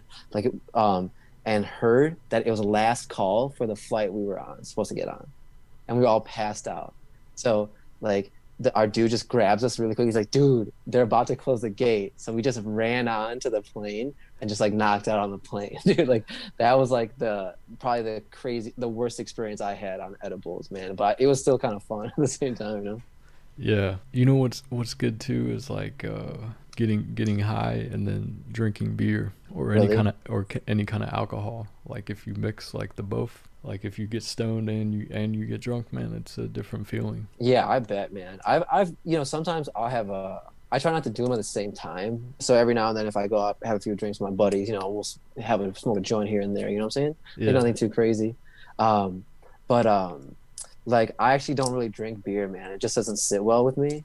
So I've Uh-huh. never really experienced that vibe, man. So you don't drink like beer, but do you drink any other kind of alcohol, or is it more like you mentioned something about you grew up with in the Hindu religion, right? And I don't think they drink, right? Or I could be wrong. No, yeah, no, none of my family does really, Hmm. or at all, besides me. No, dude, I drink for sure, bro. But I what do you call it? What I drink like right now, it's like I don't really like drink at home or anything like that. So once a month, or when my buddies get together, we'll have a few drinks, and it's either gin. So we all like gin, gin and lemonade, or gin and like club soda with some lime on it, Or Nice. recently we'll just do scotch, man. We just drink scotch. So yeah, I love it. But I do it socially, right? I need someone to like kind of drink with if we're all getting together, a reason to celebrate and shit like that. At least for now, Before we were like going to happy hours and stuff together, but I'd rather just smoke if I'm at home. You know what I mean? Yeah, me too. Me too. The older I get, I'm like, if you put a gun to my head and said, "Yo, Brandon, you got to pick between You gotta do one, dude. I'm gonna shoot you. yeah, you can only do one or the other the rest of your life, weed or alcohol." I'm taking weed every time. Yeah, man. I feel like alcohol is way more taxing. Like, dude, it's like so much more of a commitment to like drink, dude. It's like if it hurts the next day, sometimes I'm like, nah, dude. But I'll Yeah. do it sometime. I'll definitely do it. Hmm. Yeah, that's the bad thing, right? Is the hangover. But with weed, I think if you have like some type of like caffeine in the morning, Yeah. you can get right real quick. I mean, we go back to it. So it's such an enhancing thing, dude. If you can find the right way to harness it, dude, fucking big time change my perspective. Yeah, that's a key word, is harnessing, right? Because how Yeah. many people will take the time and patience to learn how to harness basically their mind, right? Dude, it takes so much discipline to have a good relationship with it, man. You can't, because if you let your fucking desire get to it, like, you can definitely go down a rabbit hole with that, with weed, you know. You can definitely turn into like that's something that's negative, that's bad for you, you know. But if you can find that balance, man, it's a beautiful thing, I think. Do you have any ideas on like how people could like kind of like find that balance between weed and sober reality? Or Could you even put it like into words, like how to like form that relationship with it? Because I feel like everyone is going to make their own, you know what I mean?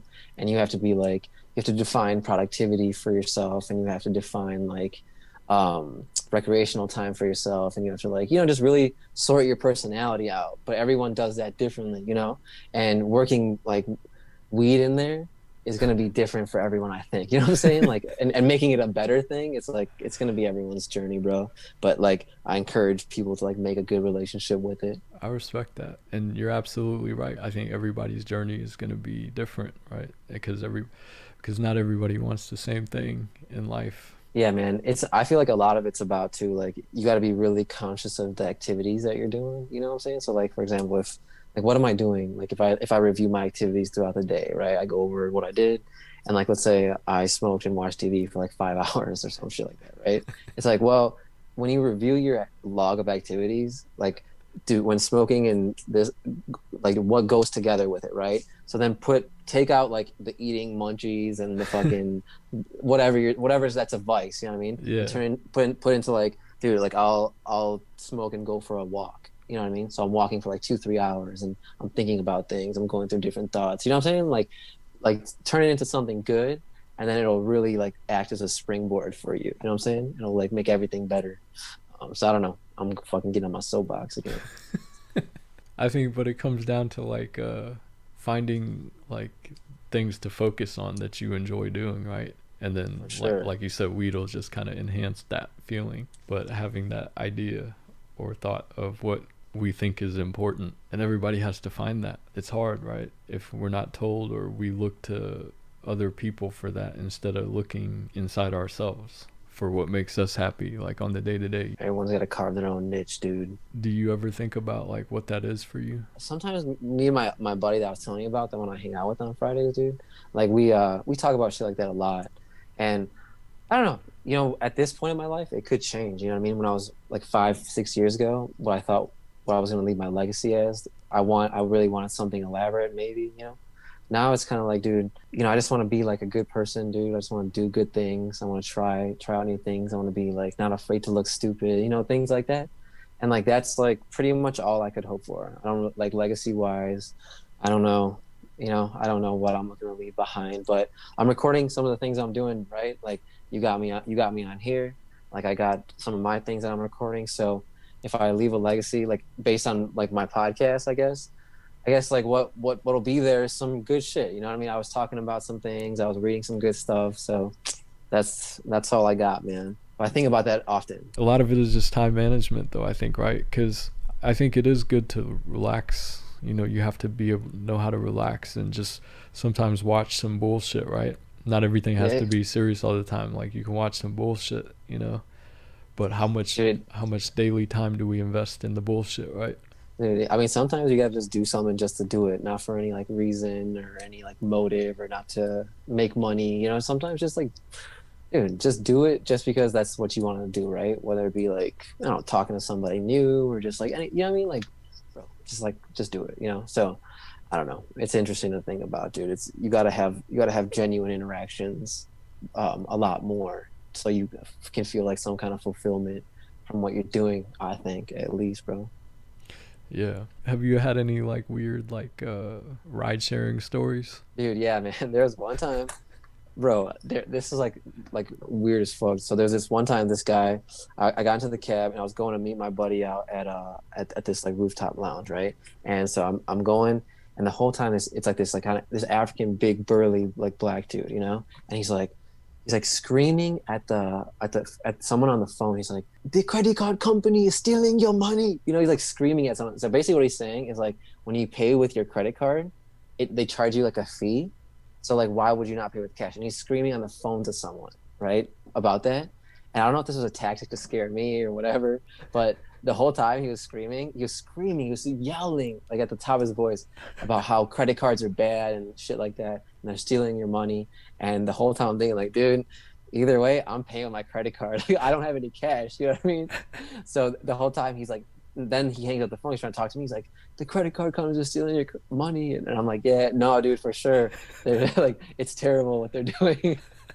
And then when he drops me off, he like looks at me. I'm like, I gotta swipe my card here, dude. And he just like rolled his eyes at me, and I just like, dude, well, I'm sorry you put on that whole charade, man. It was a good act, but like I only have card. You know what I'm saying? That does sound pretty crazy, yeah. But there's some drivers out there that just don't care, man. Yeah, man. I mean, he wasn't mean to me by any means, like, but like he was just like acting a fool, man. I was like, well, you're fully triggered, dude. Like, what's going on? And then I guess that comes down to like perception, right? How some people don't have a good perception of how they are perceived by the other person or the people around them, right? He could have read the room, dude. He could have like not wanted. He shouldn't have put that on me. You know what I mean? Like, I just got in his cab to go to where I was going to. You know, This was in Chicago.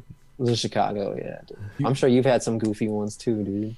Oh yeah, man. Yeah, definitely like picking up different people, man, at different times of the day. At night you get like the more, yeah, at night you get Crazies. yeah, people that are drinking, right? So they're on a different Right. level. Or people that are smoking, so they're on a different level. For sure.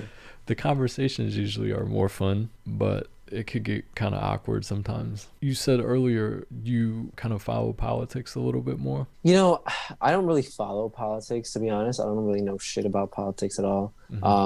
I've, you know, in some of the books I read, like they talk about like political, like shit, economic policy and stuff like that. But I don't really keep up with it, man. It's just not something that really piques my interest. Yeah, I guess when I say politics, because there's different kinds of politics, right? Yeah, There's dude, the 100%. bullshit that we see on TV, and then there's the real politics, like behind closed doors. Yeah, so I think they just give us what they want to give us, the show. So people don't really know what's really going on, but you know, you don't have to really know what's going on to have an opinion on it. Yeah, I feel like a lot of times too, it's like what incites the most like feeling, you know? Like a lot of stories will like be slanted, I feel like, to incite like anger in people, you know? And people want to run with that. Do they have another reason to like be angry about something?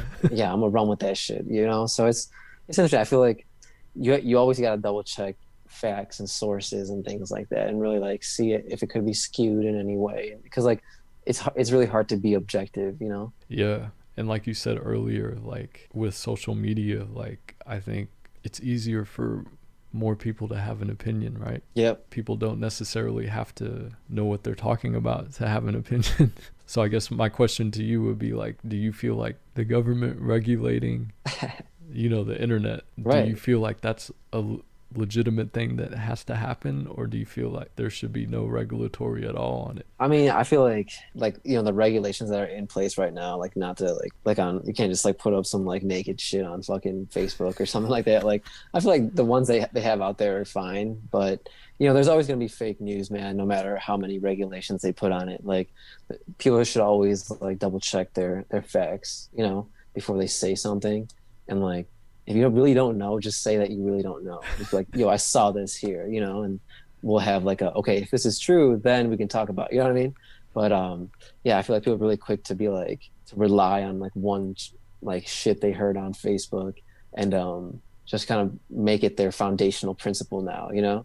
So it's, I don't know, we're just an interesting time we're living in, I guess. Yeah, it's so easy to take like stories and run with them now, you know, whatever becomes popular or gets retweeted the most or Yeah. the most likes and stuff. Like it's not about the truth, right? It's about popular opinion. So I try to keep my news feed like really clean when I do things. Like, I mean, I definitely can get into like a Facebook hole for like a fucking couple hours if I want to, but like I generally follow a lot of good like photographers, you know?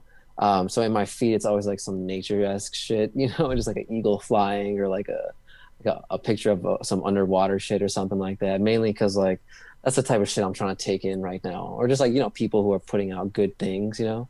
Like let me just scroll through my feed and see good shit, so I don't really feel that negative bullshit that's going on out there. But Yeah. that could be a wrong way of doing it. No, that's definitely a good way. I guess if you were to get like news from like to just have like a general like informed opinion on what's going on in the world, like what is your news source of choice? To be honest, like I'll listen to like Joe Rogan's podcast, and like if he's talking about something, Uh-huh. like if he's talking about like what's going on with the when the election was going on, he's talking about a lot of different things. He did this podcast with like these two people, and I didn't know a lot about what he was saying, so I just Googled it. You know what I mean? Uh-huh. And then I found out like that way about like current events. That's pretty much how I do it. I like listen to what people are saying, and then I Google it. And I just kind of like try to understand like what the political environment is or what this like event means and things like that. So that's kind of how I take in information. That's a good way to do it. It's definitely a more like interactive way than like a lot of people do it, right? The masses, right? They probably just watch like one side or the other, right? CNN or Fox, and then run with that, or whatever emotion it makes them feel the strongest. That's what they go with, right? Yeah. But you kind of do like a more interactive approach where you're like, all right, let me listen to somebody talking to somebody that maybe has a informed opinion, and then internalize it and do research on it. Yeah, it's kind of like if you were to get caught up, if like let's say I were to catch you up on something in my life, right? Like let's say I called you in a couple months and I'm trying to describe to you something that happened, right? Like would you want me to describe my opinion on what that happened like before I actually told you what happened? Do you know what I mean? So sometimes I feel like when I watch the news, like I'm being told like the opinion on what's happening before I understand what actually happened. So like I gotta do a Google search on like what actually happened. And I'm not saying the sources I find are like not slanted either. I just do like a little bit more digging. So then I'll like understand like the event itself.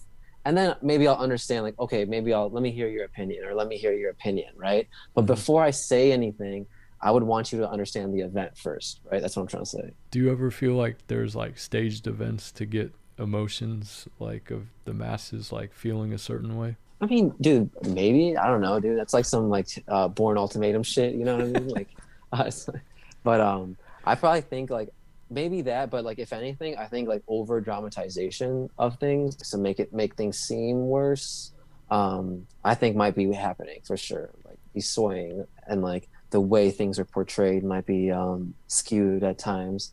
But I don't know. That's like some national treasure shit too. But there is like proven like facts, I think, of people or like events that have been staged, right? I can't think of any off the top of my head, but I think Joe Rogan, one of his podcasts, he was talking about that. Yes. Have you heard about this too? I don't know which one exactly you're talking about, Joe Rogan, but I kind of understand the gist of it. What events? Like you can't think of any specifics, but what was he saying about it? Yeah, just different events that have been staged. Like I can't remember any of the events that happened specifically, but I wish I had like a Right. engineer in here like Rogan has Jamie. Like I'd be like, hey yo Jamie, look Yeah, this up for me, right? pull that shit up. Yeah, pull that shit up. So we could do it like in real time per se. But like, but going back to that, I'd be like, what events have been known to be staged, right? I don't know. Don't they say was it the Kennedy assassination? Yeah, that one's Is always, I don't know if definitely it was a real event, but no, don't they say I mean, are you saying like fake events, like events that didn't even happen at all? Are you thinking about like an event that the government like set up that actually happened, man? Yeah, you got to define the terms here, dude. That's true. Because like people say the Kennedy shooting was staged, right? Like they set that up. I don't know who said that, but I'm pretty sure Joe Rogan said that.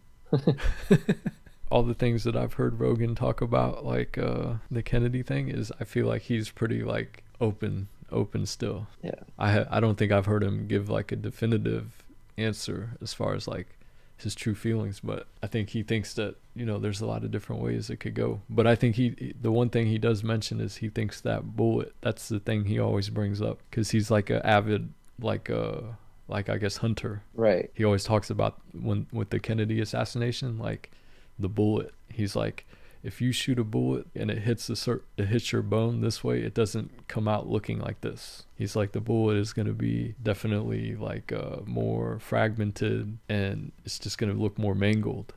Oh shit, he's But got some theories of his own, huh? yeah.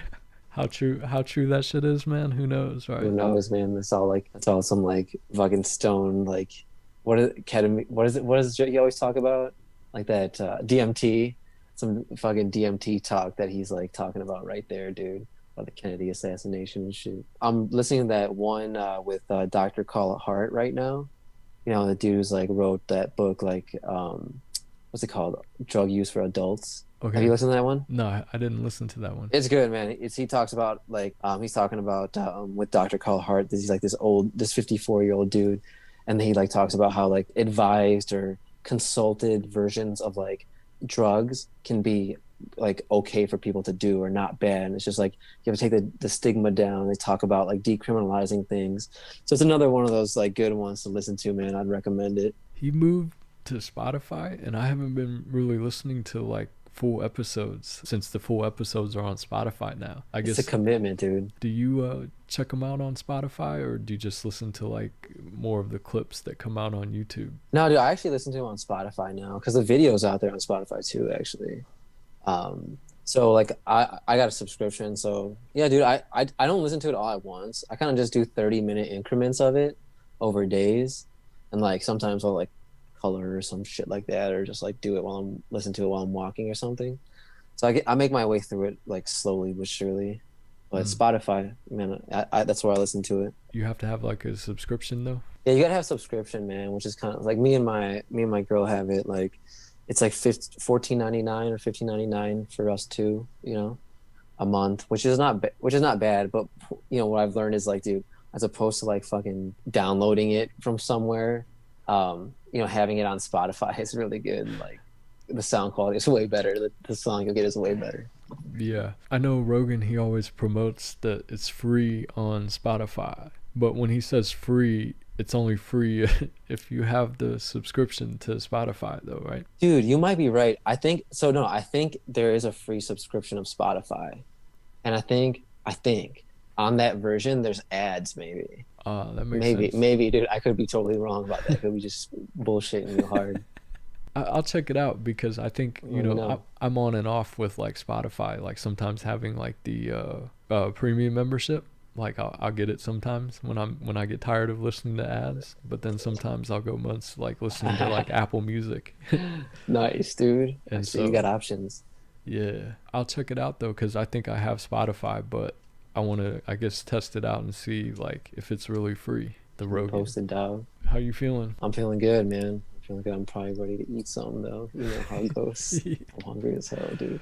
Right on, right on. I'll let you get going, man. It was a good conversation. Hey, man, I appreciate you reaching out, dude. I'm sure we'll do this again soon, man. Like I said, man, it's been a good time. Yeah, yeah. It's good to blaze some trees from time to time and talk some life.